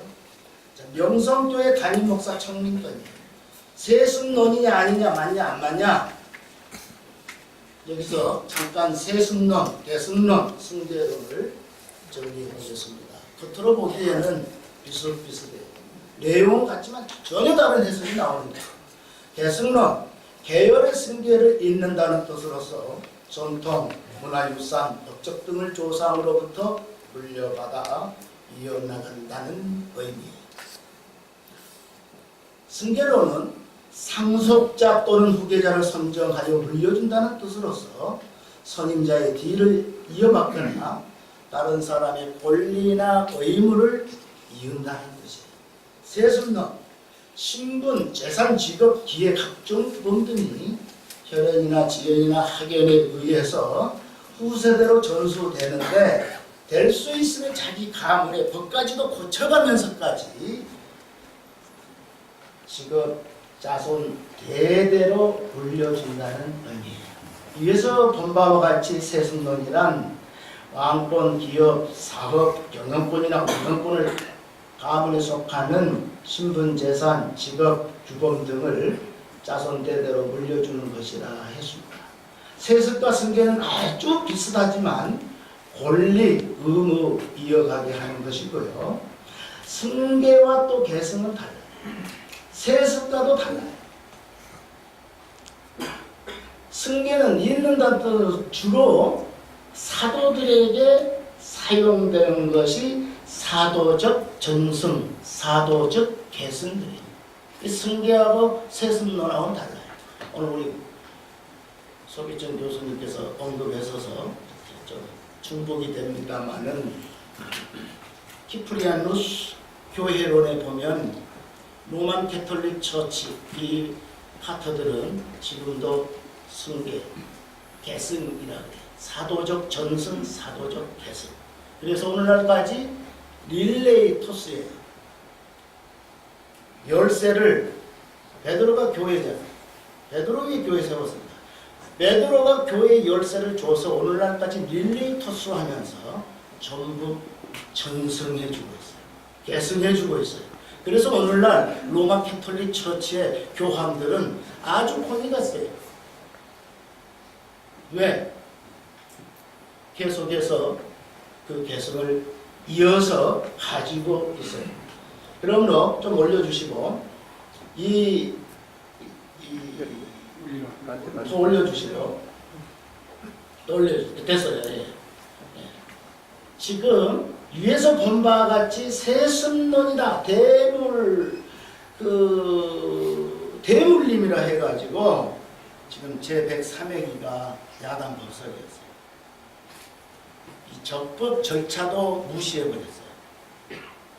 Due process of law, 그러면 이것은 적법 절차라는 뜻이고 two course of law, 이것은 단계적으로 계단을 밟아서 올라간다. 아무리 높은 빌딩 꼭대기를 올라가도 내가 1단, 2단, 3단, 1층, 2층, 3층으로 올라가야 꼭대기 올라가는 것이 갑자기 꼭대기 올라가는 것은 있을 수 없는 일이에요. 그것을 이 법에서는 아주 중요하게 생각해요. 특히나 사회재판, 고등법원, 대법원만 가면 절차 무시하면 그대로 기각해요. 적법 절차예요. 우리 총회는 적법 절차와 법과 원칙의 법의 과정을 온통 무시했어요. 그럼 이건 결의 무효 소송을 걸 경우에는 원인 무효가 됩니다. 원인 무효할 수밖에 없는 그런 것들을 했는데 그 이유는 헌법정치 제28조 2항에서 명성교회의 청빙청원권을 가지고 있어요. 자, 28조의 청빙청원권에 1항, 2항은 위임 목사와 담임 목사인데 목사를 청빙할 때는 본교회의 장로님들의 결의 그리고 공동의회라고 하는 회의에서 3분의 2의 의사, 의결, 종족수에 의해서 결의가 되면 담임 위임 목사는 채택하게 돼요. 이것이 28조 목사의 청빙 2인 목사의 1항 2항이에요. 그럼 이 1항과 2항을 볼 때 영성교회는 이름 댑시다. 김하나 목사 청빙권은 적법 절차에 하자가 없어요. 왜? 28조 1항 2항에 보면 공동의회 3분의 2 우리가 헌법개정위원회에서 총회에서 할 때 보고 받을 때는 74.9%인가라고 보고를 받았었는데 3분의 2가 넘어요. 장로님들 결의했잖아요. 장로님들이 당일에서 결의해서 3분의 2 공동의회가 받았어요. 그러면 이제 이것을 노회에다 보고하게 됐어. 노회에다. 그래서 노회에다 보고하면서 이임 목사는 지교회 청빙으로 노회에 이임을 받은 목사다. 헌법시행규정 제17조 이임 목사의 직무는 이임식을 거행함으로 시작되며 이임식 전의 목사의 칭호는 담임 목사다. 자, 헌법 정치 제29조 청빙서를 접수한 노회는 노회 결의로 청빙을 승인한다. 노회가 청빙의 승인을 결의한 경우에는 노회장은 청빙서를 청빙받은 목사에게 교부하여야 한다. 헌법정치 제77조 노회는 노회구역 안에 있는 각 지교회와 소속 기관 및 단체를 총괄한다. 자, 노회에서 헌의, 문의, 청원 이런 것을 노회가 목사 이임식 청원까지도 확정. 자, 헌법시행규정 1제1항 이임 목사를 청빙하고자 하면 제5-1525 서실 이게 뭐냐면 목사의 프로필과 목사의 이력서와 그리고 그 교회에서 모시겠다고 하는 청빙서의 서류들이에요. 위에서 본 바와 같이 1항과 2항으로서 이미 목사는 청빙 승인 절차 다 밟았어요. 근데 안 됩니다 하는 사람들은 뭐냐? 헌법 정치 제28조 6항을 갖고 나와요. 6항으로 가십시다. 헌법 정치 제6항은 뭐냐면은 잠깐 자, 좀 내려주시고 자, 지금 여기 치고 자, 여기 한번 볼게요. 이임 목사 청빙 승인 관할권은 노회에 있을 뿐 총에 있지 아니에요. 그래서 교회에서 청빙을 원하면 노회가 승인하고 노회 규정과 노회의 결의에 의해서 이임 목사 행위를 거행하면 그걸로서 이임 목사가 되는 거예요. 또 28조 1항의 2항에 의해서 이거 되는 거예요. 자, 그래서 아니죠, 좀 더 내려가요. 어떻게 되겠지? 6항. 자, 6항 아닐 수도 없어도 6항 제1항과 2항은 우리 102 얘기로 잠깐 가면요. 그때 헌법위원장이 고백인 목사예요. 고백인 목사가 헌법위원회 보고할 때 헌법 정치 제28조 6항은 삭제되어야 할 줄로 압니다. 그 이유는 인간 기본권을 침해하고 있고 인간의 존엄성을 침해하고 있다. 그러므로 이 본 규정은 삭제 폐지해야 합니다. 그럴 때에 101회기 총회 헌법위원장 보고 때에 101회기에 나온 총대들이 아무리 삭제하고 싶어도 이게 제4장 부칙에 보면 3년이 개정한 지 3년이 안 되면 이게 삭제 불가. 그러니까 1년 동안 유보하되 적용하지 말고 중지해야 한다 라고 해서 101회기 때 헌법 정치 제28조 6항은 정지되어 있어요. 102회기가 됐어요.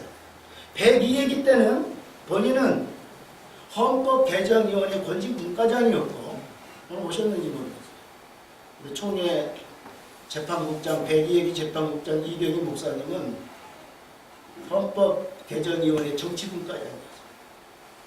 헌법개정위원회 정치분과장 이경희 목사님은 우리 헌법책에서 정치 부분을 다루고 있었어요.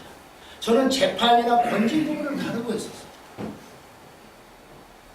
정치 분과에서 이 조항은 폐지해야 되겠다 그랬어요. 그래서 그걸 정치 분과에서만 하면 상당히 부담스러우니까 건진 분과하고 정치 분과가 동시에 전원 합의로 하자. 그래서 전원 합의. 이때 위원장이 누구냐면 이종원 목사. 헌법개정위원 이종원 목사. 전원 합의해서 폐지하기로 결의했어요. 폐지하기로 의결했고요. 총회 직원들이 나와서 다 속기로 기록했고요. 안영민 국장 참석했고요. 다 했어요.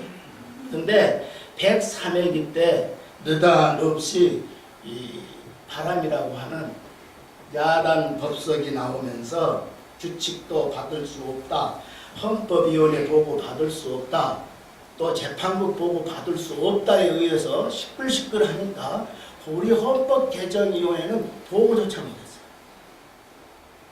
헌법개정위원이 보고조차 못하고 이게 1년 동안 보완, 수정, 작업했던 것이 지금 백지화가 되기 직전이란 말이에요.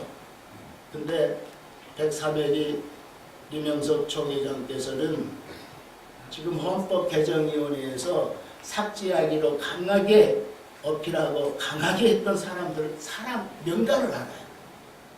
103회기 때 헌법개정위원회를 싹 교체했어요. 이경희 목사님, 저, 이정원 목사님 다 교체당했어요. 그 순간에 저는 그 부분 한에서 헌법 정치 제36조 헌법 시행규정 제36조 제11항에 의해서 저는 2차례나 주장해 발언했어요. 헌법 개정위원은 교체할 수 없다. 우리 지금 헌법 개정위원회 그 교체할 수 없다고 하는 것이 지금 여기 나오네요. 자, 올려주시고 헌법 제36조 제11항은 헌법위원들이 지금까지 수정, 보완, 작업, 헌법을 수정했던 이 헌법들은 이분들이 수의해서 노예로 수의해서 다시 올라와서 헌법책으로 성문화, 인문화돼서 나오기 전까지는 헌법개정위원들은 교체할 수 없다. 이게 헌법시행규정 제36조 제11항이에요. 왜? 지금까지 연구했던 사람들이 갑자기 바꿔져 버리면 새로운 사람들이 무엇을 합니까? 그래서 바꿀 수 없다예요. 그런데 103회기 때는 싹 교체했어요. 이것도 문제죠. 그렇기 때문에 문제들이 많은 103회기는 딱 내년으로 야단 법석이에요. 자, 그러면 지금 제 101회기 헌법위원장 고백인 목사, 102회기 헌법개정위원회 이종원 목사, 그리고 우리 위원들이 저는 이 삭제되어야만 하는 이유가 있어요. 자, 올려주시고 좀 헌법정치 제28조 목사의 청빙과 연임 청원 문제가 되고 있는 제6항은 이임 목사 또는 담임 목사 청빙에 있어 아래 각호에 해당하는 이는 이임 목사 또는 담임 목사로 청빙할 수 없다. 단 자립대상교회는 이를 적용하지 아니한다. 이 조항이거든요. 그 다음에 이 1호에 가서 해당 교회에서 사임 또는 은퇴하는 이임 목사의 배우자 및 직계 비속과 그 직계 비속의 배우자. 2호 해당 교회 시무 장로의 배우자 및 직계 비속과 그 직계 비속의 배우자. 이임 목사 청빙에 있어서 대형 교회 목사님의 자녀는 승계할 수 없다. 쉽게 말하면 이거 풀면요. 자립대상교회, 개척교회, 약한 교회, 시골교회, 가난한 교회는 승계할 수 있다. 동일한 법 규정에서 어떤 아버지 아들은 승계할 수 없다예요. 똑같은 법 규정 가지고. 근데 어떤 아버지 아들은 승계할 수 있다예요. 이 법적 충돌이 일어나는 거예요. 충돌이 생기는 거예요. 자, 동일한 법규가 충돌하고 있어요. 평등의 원칙, 법적 안정성 또는 법합 목적성이라고 해요. A교회 되면 비교해도 되고 A의 아버지의 아들이 되면 B의 아버지의 아들도 되는 거예요. 근데 A의 아버지는 그 아들은 안 되고 B의 아버지는 된다예요. 쉽게 이거 법정용어를 다 띄고 쉽게 풀이하면 개척해가지고 힘들고 약할 때는 야, 네 아들 줘도 돼. 이게 우리 헌법이에요. 가난한 교회 넌뚝에서 하우스 치고 교회 목회하고 있는데 야, 네 아들 승계해도 돼, 계승해도 돼, 전승해도 돼, 네 아들 줘. 그 사람이 키워갖고 그거가 딱 커지니까 이제 내놔. 이게 우리 헌법이에요. 그래서 삭제시키는 거예요. 이건 기본 원칙이에요. 법 규정을 더 자세히 들여다보면 가난한 목사 아버지와 그 아들은 가난하다는 이유만으로 인간의 존엄 속자 무시당하고 있어요. 야, 그 교회 네 아들 줘도 돼. 이게 얼마나 무시하는 거예요. 그 다음에 대형교회예요. 우리 아버지가 대형교회 목사라고 해서 나마저 대형교회 청빈청원 이력서를 낼 수 있는 자격까지도 박탈시키면 인간의 기본권을 말살하는 거예요. 그렇기 때문에 이 법 규정은 삭제되어야만 하는 거예요. 이미 101회기 헌법위원회에서 삭제를 했어요. 102회기에서 삭제하자고 했어요. 우리는 전부 준비했어요. 근데 103회기 때는 우리는 보고조차 못하게 했어요. 이것이 103회기 법도 아니고 이법성 조각이 난무한 그런 야당 법석의 회의였어요. 또 올라가시고 자 우리 수도 재판이에요. 재판. 이제 재판이죠. 그중에 재판에는 일반 소송 절차와 특별 소송 절차가 있어요. 우리 국가법 민법 제1조에는 법원은 재판할 때 신속, 정확, 공정하게 해야 되고 경제적으로 효력 있게 해야 된다. 이게 우리 민법 1조예요. 대한민국 우리 민법 제1조. 대한민국 민법 제1조고 우리 통합교단 헌법이에요. 통합교단 헌법에는 일반 소송 절차와 특별 소송 절차 두 가지가 있어요. 일반 소송 절차로는 우리 헌법 권징 제14조부터 나와요. 10조부터는 부분들 형성하는 게 나오고 14조부터는 헌법 권징 14조는 재판국의 심판 사항이 나옵니다. 자, 일반 소송 절차는 첫째 당해 재판을 말이에요. 1심. 두 번째는 노예 재판 2심. 세 번째는 3심 총회 재판. 그리고 당해에서 불복해서 노예로 올린 건 상고권, 노예에서 불복해서 총회로 올린 항고권, 이 건은 일반 소송 절차에 의해서 총회 재판국이 다 총회 재판국 고유 권한이에요. 이게 일반 소송 절차예요. 두 번째, 특별 소송 절차가 있어요. 여기서 보면 조금 이미 지나가는 자 총회 재판국 심판사항 제14조죠. 이게 총회 재판국의 임무고 기능이에요. 총회 재판국은 다음의 사건을 중심으로 심판하여 총회에 보고한다. 이게 내가 말한 말이 아니고 헌법이란 말이에요. 우리 교단 헌법, 대한예수교 장로의 헌법이란 말이에요.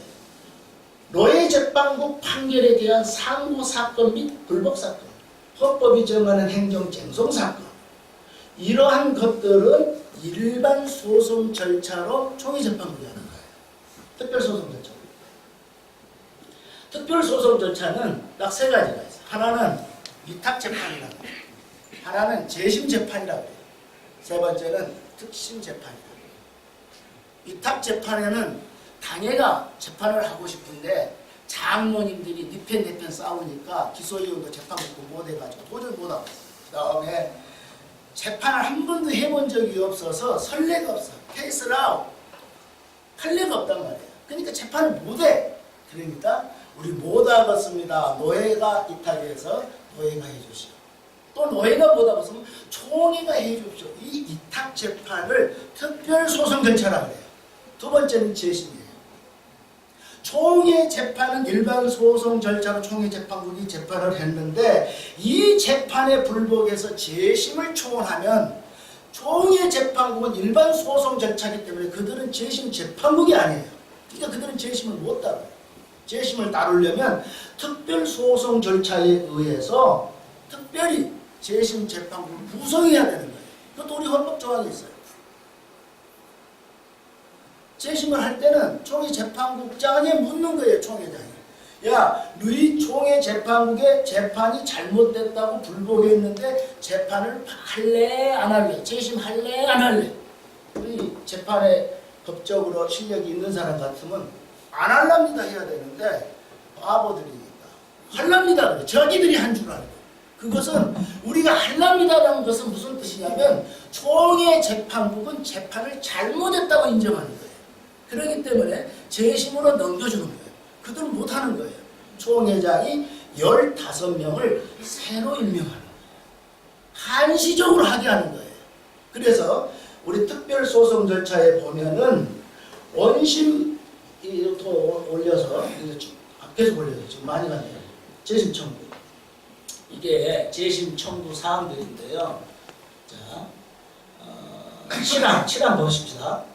재심 재판국이 시방부터 보십니다.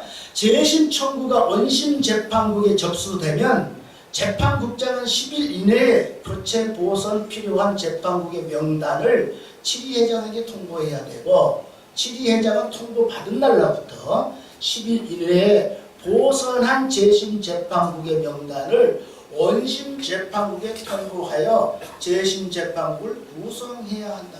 자, 여기서 원심 재판은 뭐냐면 지금 바로 앞에 재판국을 원심이라고 해요. 고등법원에서 판결할 때 원심은 어디냐? 지방법원이에요. 대법원이 판결할 때 원심 재판국은 어디냐? 고등법원이에요. 원심이라고 하는 것은 총회 재판국이 원심이 아니에요. 총회 재판국 이거들이 원심이다 할 때는 재심이 재판국이 구성되어서 원심 재판국 이거 재판 잘못을 묶어 갖고 와라. 그래서 총회 재판국이 재심 재판국이 볼 때 바로 앞에 재판이기 때문에 그걸 원심국이라고 해요. 근데 이 총회 재판국원들은 원심국인지 원심 간할인지를 이해를 못해요. 원심 간할은 뭐냐면 원심국은 자기들이니까 자기들은 재심 재판 권한이 없어요. 원심 간할이라고 하는 것은 총회를 간할이라고 해요. 그러니까 총회 재판국이 있는 것이 아니고 총회 재판국도 있지만 총회 치리회장이 있는 이 간할 지역에서 총회 재판국의 판결에 불복하면 재심 재판국 구성해서 해라. 그것이 재심 재판국의 원리예요. 그것이 특별소송 절차예요. 근데 현재 재심 재판국의 권한도 없는 총회 재판국들이 재판한다는 거예요. 재심. 전부 원입니다. 그건 일반 소송 절차로 자기들이 재판 권한이 없어요. 재심이라고 하는 것은 특별소송 절차로 다른 재판국들이 구성해서 재판하게 하는 거예요. 이게 재심이에요. 근데 총회 재판국에 불복해서 청구했는데 다시 총회 재판국에 재판할 수 없잖아요. 아주 넌센스적인 아주 우스운 어처구니 없는 재판이 지금 진행되고 있다 하는 거예요. 그렇기 때문에 현재 재심 재판국 권한이 없는 총회 재판국은 재심할 수 없다. 그러면 이 건은 102회기 때 우리 총회에서 약 5분에 항상 3 정도를 총대가 바꿔가지고 올라와서 총회를 하니까 총대들이 몰라요. 101회기, 102회 쭉 연결이 온 사람이 다 한단 말이에요. 102회기 때 대한예수교 장로의 총회 재심 재판국. 대한예수교 시간. 그러면 올려볼게요. 결론으로 갑시다. 스톱. 특별 재판은 없어졌고 총회에 대한 문제점 보십시오. 문제점. 스톱. 자, 102회기 총회는 재심 재판국, 특별 재심 총회 기소위원회 만장일치로 폐지됐어요. 자, 이 폐지가 됐기 때문에 우리 총회에서는 재심 재판국이 없는 거예요. 특별 재심 폐지돼서 없는 거예요. 총회 기소위원회 폐지됐지만 그 3년 경과가 안 됐다고 해서 살려놓은 거예요. 자, 올리시고 재판국이 폐지되었기 때문에 이제 재심 재판을 못 하는데 지금 재심 재판한다면 그건 전부 도깨비 유령 재판들이에요. 전부 유령 재판들이에요. 재판할 수 있는 권한자들이 아니에요. 또 올리시고 자 총회 재판 판결에 불복해서 재심 청구가 드려졌을 때는 총회 재판국은 그 권한이 없기 때문에 재심 재판국 써야 되는데 재심 재판국은 총회장이 임명한다고 우리 헌법이에요. 그러면 이명석 총회장의 딜레마가 있어요. 102회기 총회 재판국 총회 재심이 폐지됐는데 폐지된 것을 자기가 15명 선정해서 재심하라 하면 102회기 결의에 위반이 되는 거고 총회 재판국한테 재심하라 하면 특별소송 절차법에 위반이 되는 거예요. 이래도 저래도 재판할 수 없는 거예요. 그렇기 때문에 딜레마에 지금 빠져 있는 거예요. 절대 현재 총회 재판국 재심 못합니다. 그래서 저는 강원구 목사에게 제가 주문을 해줬어요. 이거 명성이라고 하는 거 요건 놓고 네가 하려면 니는 욕먹은다. 그러니까 재심 재판국 전 재심 재판권은 모두 기각시켜라. 원주부터 시작해서 나주부터 시작해서 재심권들 다 기각시켜라. 왜? 102회기 폐지됐으므로 총회장님께서 폐지됐는데 우리는 할 수 없고 특별소송 절차에서 총회장님이 15명 구성해서 하십시오 하고 넘겨버려라. 그러면 총회장이 구성하자니 이러고 저러자니 그러니까 법대로 재심 없다가 될 것이다. 그래서 하라겠는데도 불구하고 이들은 법적 용어를 잘 몰라갖고 지금도 자기들이 그렇게 한다고 계류 중에 있고 오래 중에 있고 시작점을 찾았어요. 자, 마지막 결론입니다. 시간이 없다고 하니까 다 올립시다. 다 올려요. 예, 다 올려요. 결론으로 가게요. 대안점 제시입니다. 야간 법석은 법적 공방에서 비롯됐고 이제 총체적으로 법적적으로 대안이 있어요. 두 가지가 있어요. 하나는 재판국은 전원 교체 해임이나 102회기에 재판국 전원 교체 해임됐어요. 103회기에 재판국이 전원 해임됐어요. 이 이유는 뭐냐? 전문성 있는 재판국원이 없어서 그랬어요.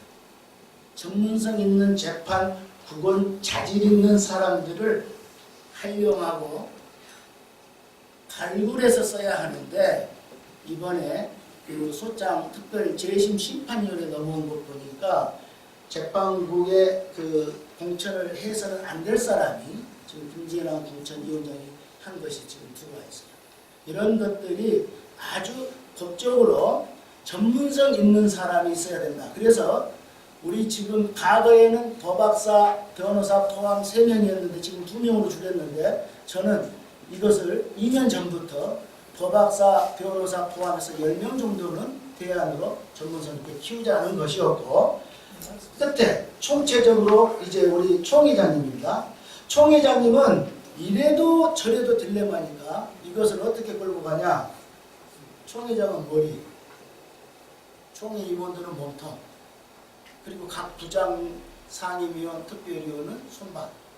그러니까 열 손가락 깨물어서 하나뿐 손 없다고 동시에 총회장님 사과문 하십시오 하면 안 해. 그런데 각 부장, 상임위원장, 특별위원장 공동 서명하고 103회기는 우리 스스로가 정범이고 우리 스스로가 공범이기 때문에 똑같이 동일한 정범과 공범의 책임을 지고 총회장 공동 사과문을 기독공보와 우리 한국기독공보 그 교지에 공고해 주실 것을 제안하면서 결론을 내렸어요. 이상입니다.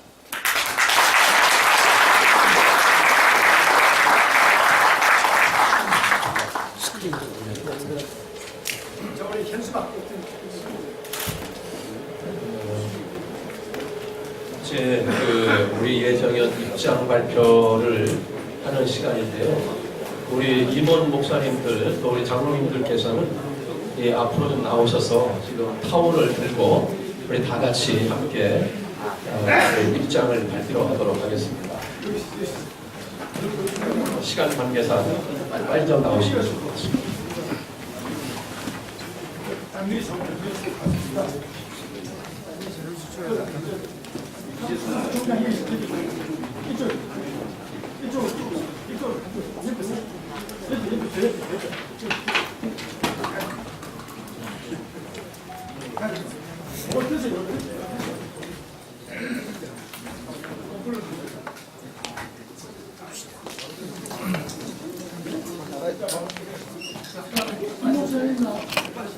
자, 우리 총회와 의회 그리고 교회 수호를 위한 우리 예정연 입장을 발표하도록 하겠습니다. 여기서 제가 촉구합니다 그러면 여러분이 들고 있는 그 타올을 촉구한다 이렇게 해주시면 감사하겠습니다. 목사님 앉아주세요. 자, 우리 일어서서 한번 할까요? 일어서서.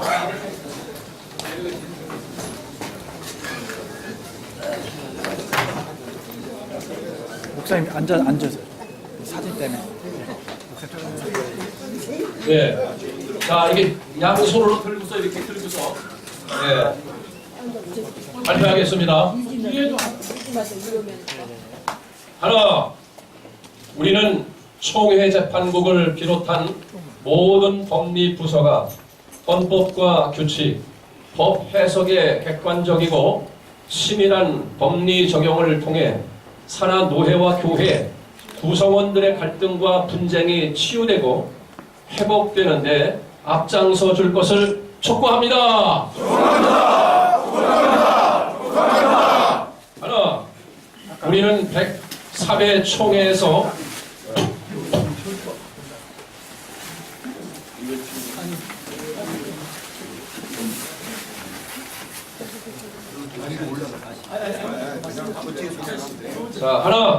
우리는 103회 총회에서 교단의 헌법과 규칙과 회의 절차의 근거도 없이 강행하여 결의한 재판국은 해임에 대한 화해 조정에 앞서 불법적 결의였음을 확인해 줄 것을 총회 특별심판위원회에 촉구합니다. 하나, 우리는 서울 동남로에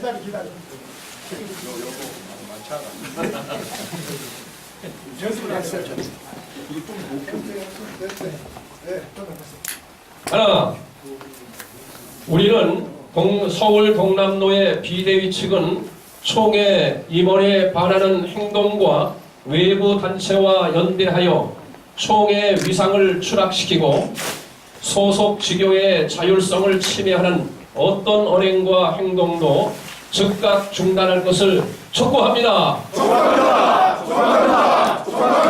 네 번째.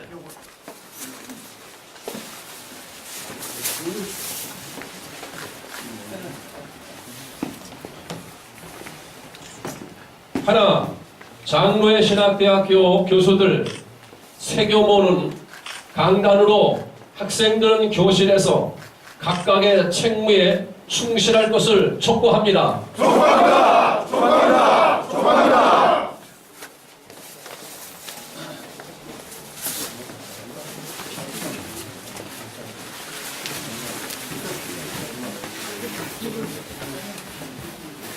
하나, 우리는 CBS와 뉴스엔조이를 비롯한 기독 언론들은 사실을 왜곡 보도하여 신자, 불신자로 교회에 대한 불신을 초래하지 말 것을 촉구합니다.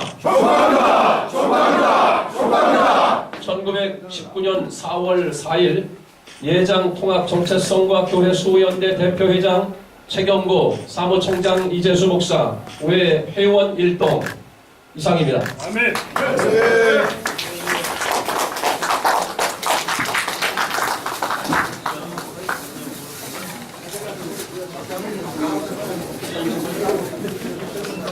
다같이 우리 장전 한번 부르갑니다. 348장 박수를 힘껏 치면서 서울 시내에 있는 모든 마귀는 저 북한으로 중국으로 다 쫓아낼 수 있도록 박수 한번 힘껏 치고 우리 기도해야겠습니다. 348장 마귀들과 싸울지 348장 마귀들과 싸울지 박수.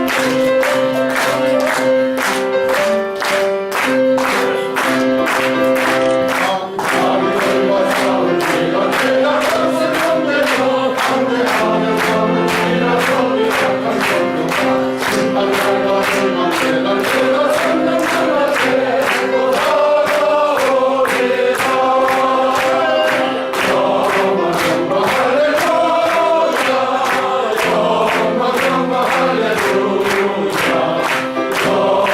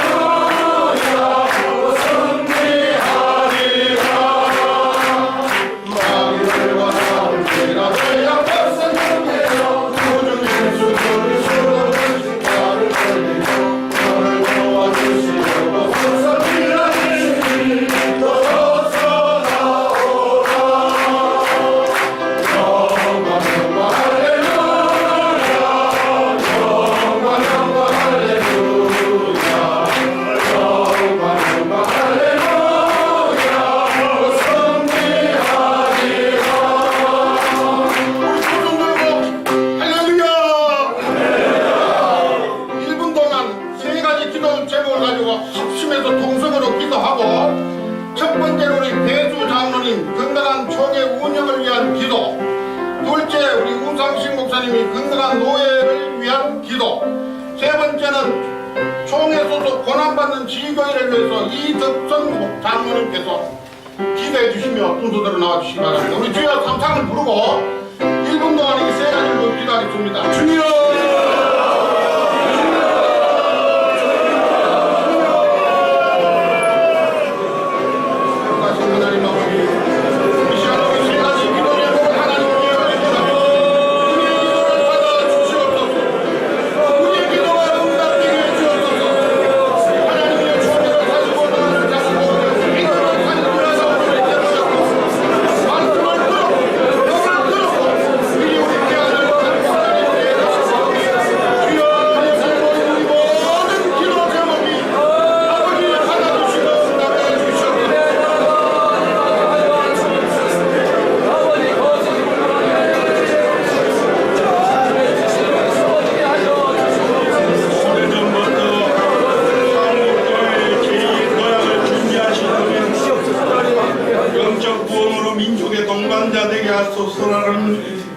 주제로 모인 103회기 총회에 엘리사에게 허락하신 성령의 영감을 7배나 더하시어 한국교회와 이 나라 대한민국과 열방을 보듬고 이 땅에 하나님의 나라를 이루어가기에 부족함이 없도록 도와주시옵소서.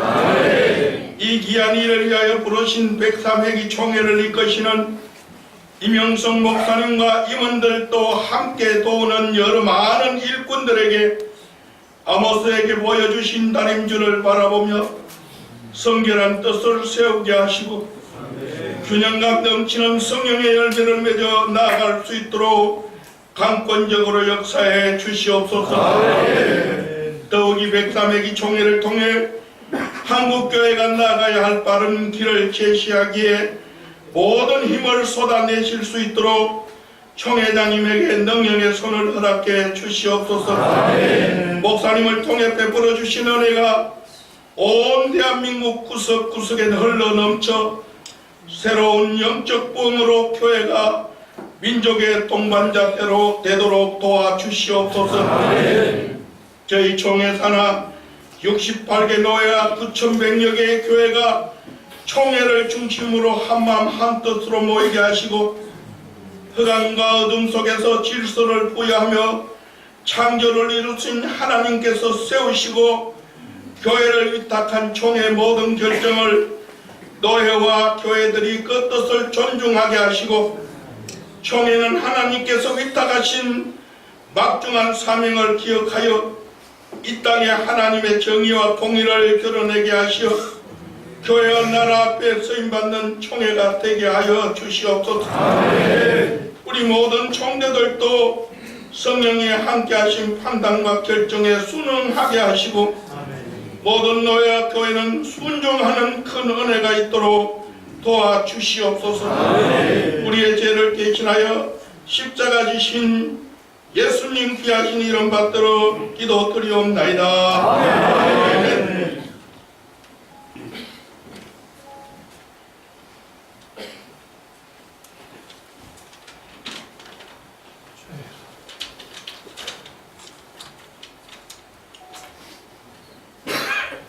교회의 머리 되시며 만유의 주님 연이어 노예를 위해 기도드립니다. 예정년이 결성되고 주님의 뜻을 받들어 일하며 활동하는 가운데 그간의 역사로 이룬 성과를 점검하며 나아갈 방향과 사명을 새롭게 다지게 하여 주심을 감사드립니다.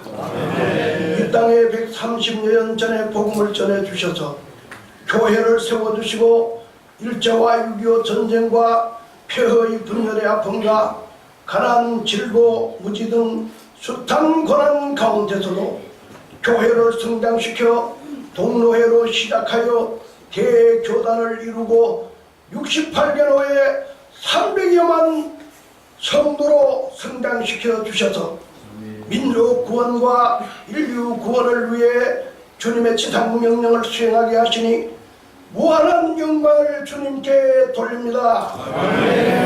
총회 산하 68개 노예장님들에게 지혜와 능력을 주셔서 교회를 잘 이끌어 평안 중에 발전하며 주어진 역할과 사명을 잘 감당하게 하옵소서.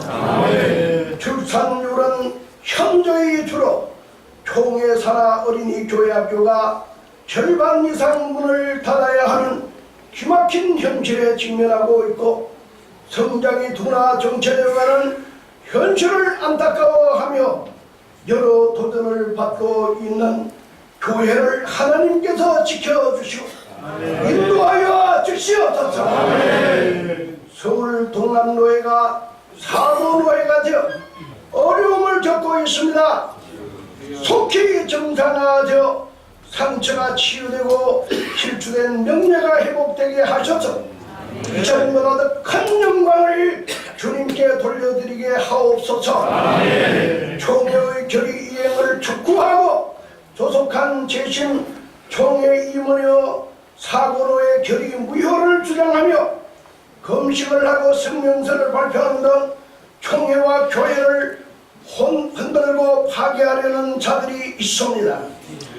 주님, 교회와 노회를 지켜주셔야겠습니다.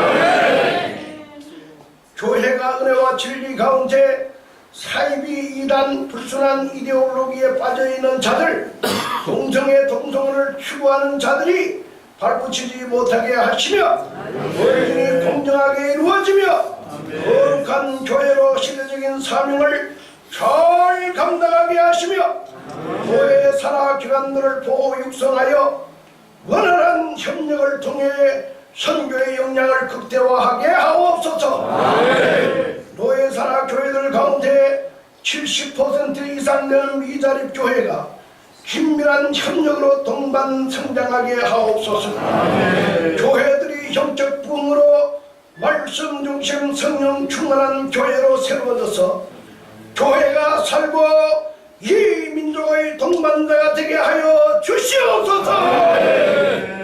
그동안 총회가 은혜를 강조하며 내세워 불법 탈법이 자행되어 혼란과 갈등이 심하여 교회가 엄청난 피해를 받는 상황을 자시할 수 없어 대표회장 최경구 목사님을 주축으로 예정년을 결성하여 전국의 목사님들과 장로님들이 총회를 바로 세우고 교회를 지키자는 취지하에 모여 기도하고 공개 세미나를 통해서 지식과 정보를 공유하며 우리가 먼저 회개하고 총회 시정을 촉구하고 교단 기관지를 비롯하여 언론사에 우리의 입장과 뜻을 전하며 SNS에 매일 기도문이 올려지고 해외에 계시는 목사 장로님들도 동참하게 하심을 감사드립니다.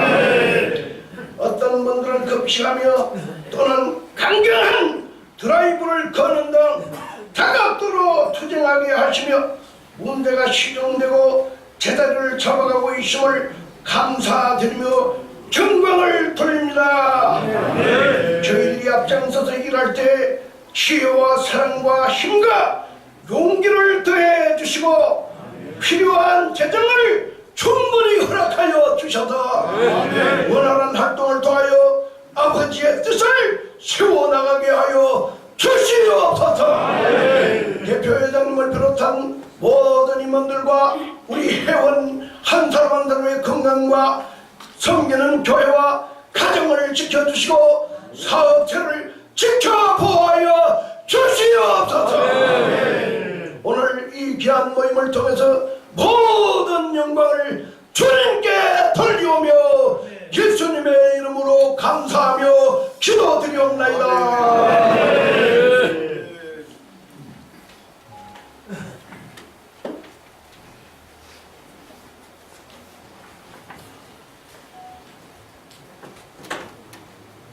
총회를 세우시고 교회 수요원들을 통하여 하나님의 뜻을 이루며 영광 받기를 기뻐하시는 전능하신 아버지 하나님, 진정으로 감사와 찬송과 영광을 돌립니다. 아버지 하나님, 이 시간에는 특별히 이 땅에서 하나님께서 세워주신 교회들이 분열하고 분쟁하여서 고난을 받고 있음을 심히 안타까워하며 종회사나 고난받는 교회들을 위하여 아버지께 간절히 기도합니다. 하나님, 우리 교단 종에 속해 있는 9천여 교회들이 하나님의 뜻을 이루어갈 수 있도록 은총 베푸시며 또 어떠한 고통과 고난도 받지 않도록 하나님 도와주시옵소서. 특별히 우리 교단에 속한 이 대형 교회들이 마귀 사탄의 역사와 분쟁을 일삼는 무리들의 장난으로 인하여 고통당하고 있음을 심히 안타까우며 아버지 앞에 간절히 기도합니다. 저 모든 교회들이 화평을 누리게 하시고 하나가 되어서 한국교회를 이끌어가기에 부족함이 없도록 도와주시옵소서. 아버지 하나님, 특별히 명성교회를 비롯한 서울교회 등 대형교회들을 하나님 여기까지 인도하시고 세우셔서 세계 가운데 하나님의 역사를 자랑하고 나타나게 하심을 진심으로 감사합니다. 더 많은 교회들이 큰 역할을 감당하여 하나님의 기쁨이 되게 하시고 하나님께서 원하시는 땅끝까지 이르러 복음을 전하는 일에 앞장서게 하여 주시옵소서. 특별히 저들이 능력과 은혜와 성령 충만함을 통하여 북한 땅에도 복음을 전하는 일에 앞장설 수 있도록 도와주시옵소서. 악한 마귀 사탄의 역사를 막아주셔서 이 땅의 모든 피 흘려 세우신 교회들이 하나님만 찬양하고 하나님께 영광 돌리게 하시옵소서. 그리하여 이 사회의 소금과 빛으로 기둥 역할을 감당하도록 도와주시사 이 나라 이 민족 위에 큰 복음을 통하여 소망이 되게 하여 주시옵소서. 하나님 긍휼을 베푸시고 불쌍히 여기셔서 이 땅에 고통받는 교회들 하나도 없게 하여 주시옵소서. 예수님 이름으로 기도하옵나이다. 제가 마감으로 요약 마감해서 마감 기도하고 끝내겠습니다. 자비로우신 하나님 아버지여, 한반도에 복음이 들어온 지 134년이 되었습니다. 총회가 세워진 지 107년이 되었습니다. 68개 노예 9,100개의 교회 300만 성도를 만들어주신 하나님 감사합니다. 우리 총회가 어려운 과정을 겪으면서 이 땅에 가장 든든한 교단으로 만들어 주시고 주님 축복해 주셨습니다. 일제시대 때는 하나님 아버지 신사는 우상이 아니고 국민의 은혜라고 거짓말하여 모든 기교회를 범죄케 했습니다. 6.25 때는 목사님들을 잡아다가 미제국주의의 앞잡이며 미제국주의의 간첩이며 부르주아들이다, 공산당을 반대하는 반동 분자들이라 그래서 서울장안에 우리 교단의 목사님 183명을, 강리교 목사님 44명을, 성결교 목사님 11명을, 구세군 교회가 7명을, 247명을 저 북녘에 끌고 가서 다 죽였습니다. 거기에 앞장서는 사람들이 최문식 목사님과 여러 목사님이었습니다. 그들은 우리의 생각과 사상이 달랐습니다. 그들의 마음속에는 예수가 없었습니다. 주님을 빙자해서 교회에 들어온 악한 무리였습니다. 지금도 세습이라는 교묘한 이론을 가지고 현지에서 개교회를 범죄케 하고 있습니다. 총대들이 모여서 성경에도 없는 그런 악법을 만들어서 김삼한 목사님을 타겟으로 삼고 세상 여론과 통성을 해서 교회를 어지럽히고 있습니다. 저들은 교회 앞에서 선동을 하고 여론전을 펴면서 한국교회를 무너뜨리고 있습니다. 한국 땅에서 이상한 거짓정들이 교인과 백성들을 미혹하고 있습니다. 촛불을 들고 미국 쇠고기 먹으면 내가 구멍 난다고 전국에 떠들어대던 그 많은 사람들의 소리에 지금 생각하니 우리가 속았습니다. 뇌에 구멍이 난 사람이 하나도 없습니다. 세습이 아닌 개성, 무슨 범죄라도 한 것이 세상 영들과 합세하여 교회를 무너뜨리고 있습니다. 주여! 주여! 총회를 지켜주세요. 9,100개의 교회를 지켜주세요. 아니 대한민국의 5만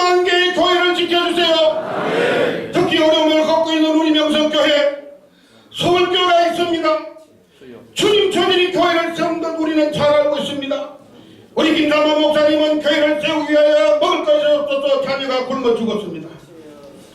천막을 치고 비닐하우스에서 40일 금식하면서 입술이 터져서 피눈물이 나는 것을 저희들이 보았습니다.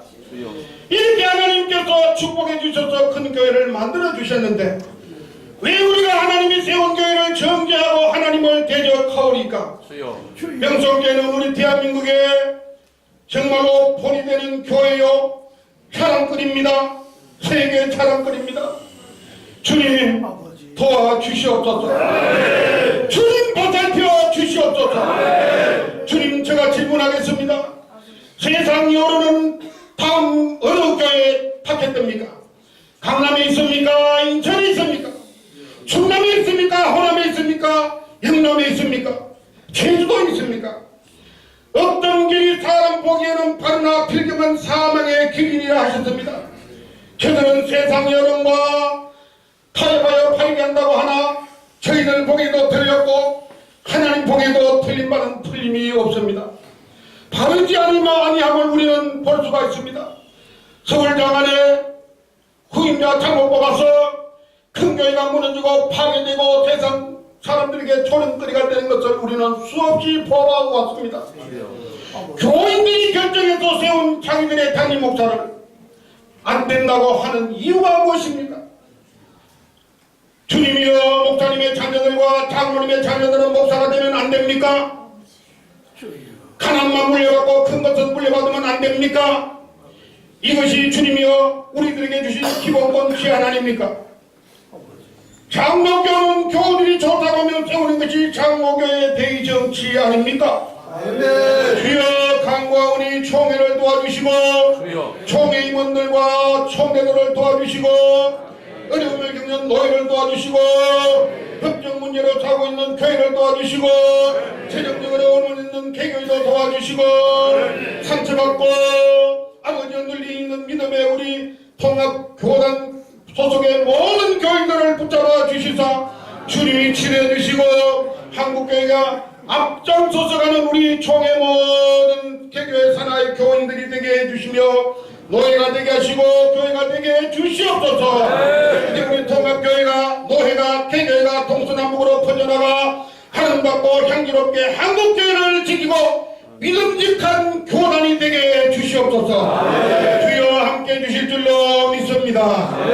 우리 모든 기도가 오늘 하나님 응답해 주시고 기도가 우리 품으로 돌아오게 역사해 주시옵소서.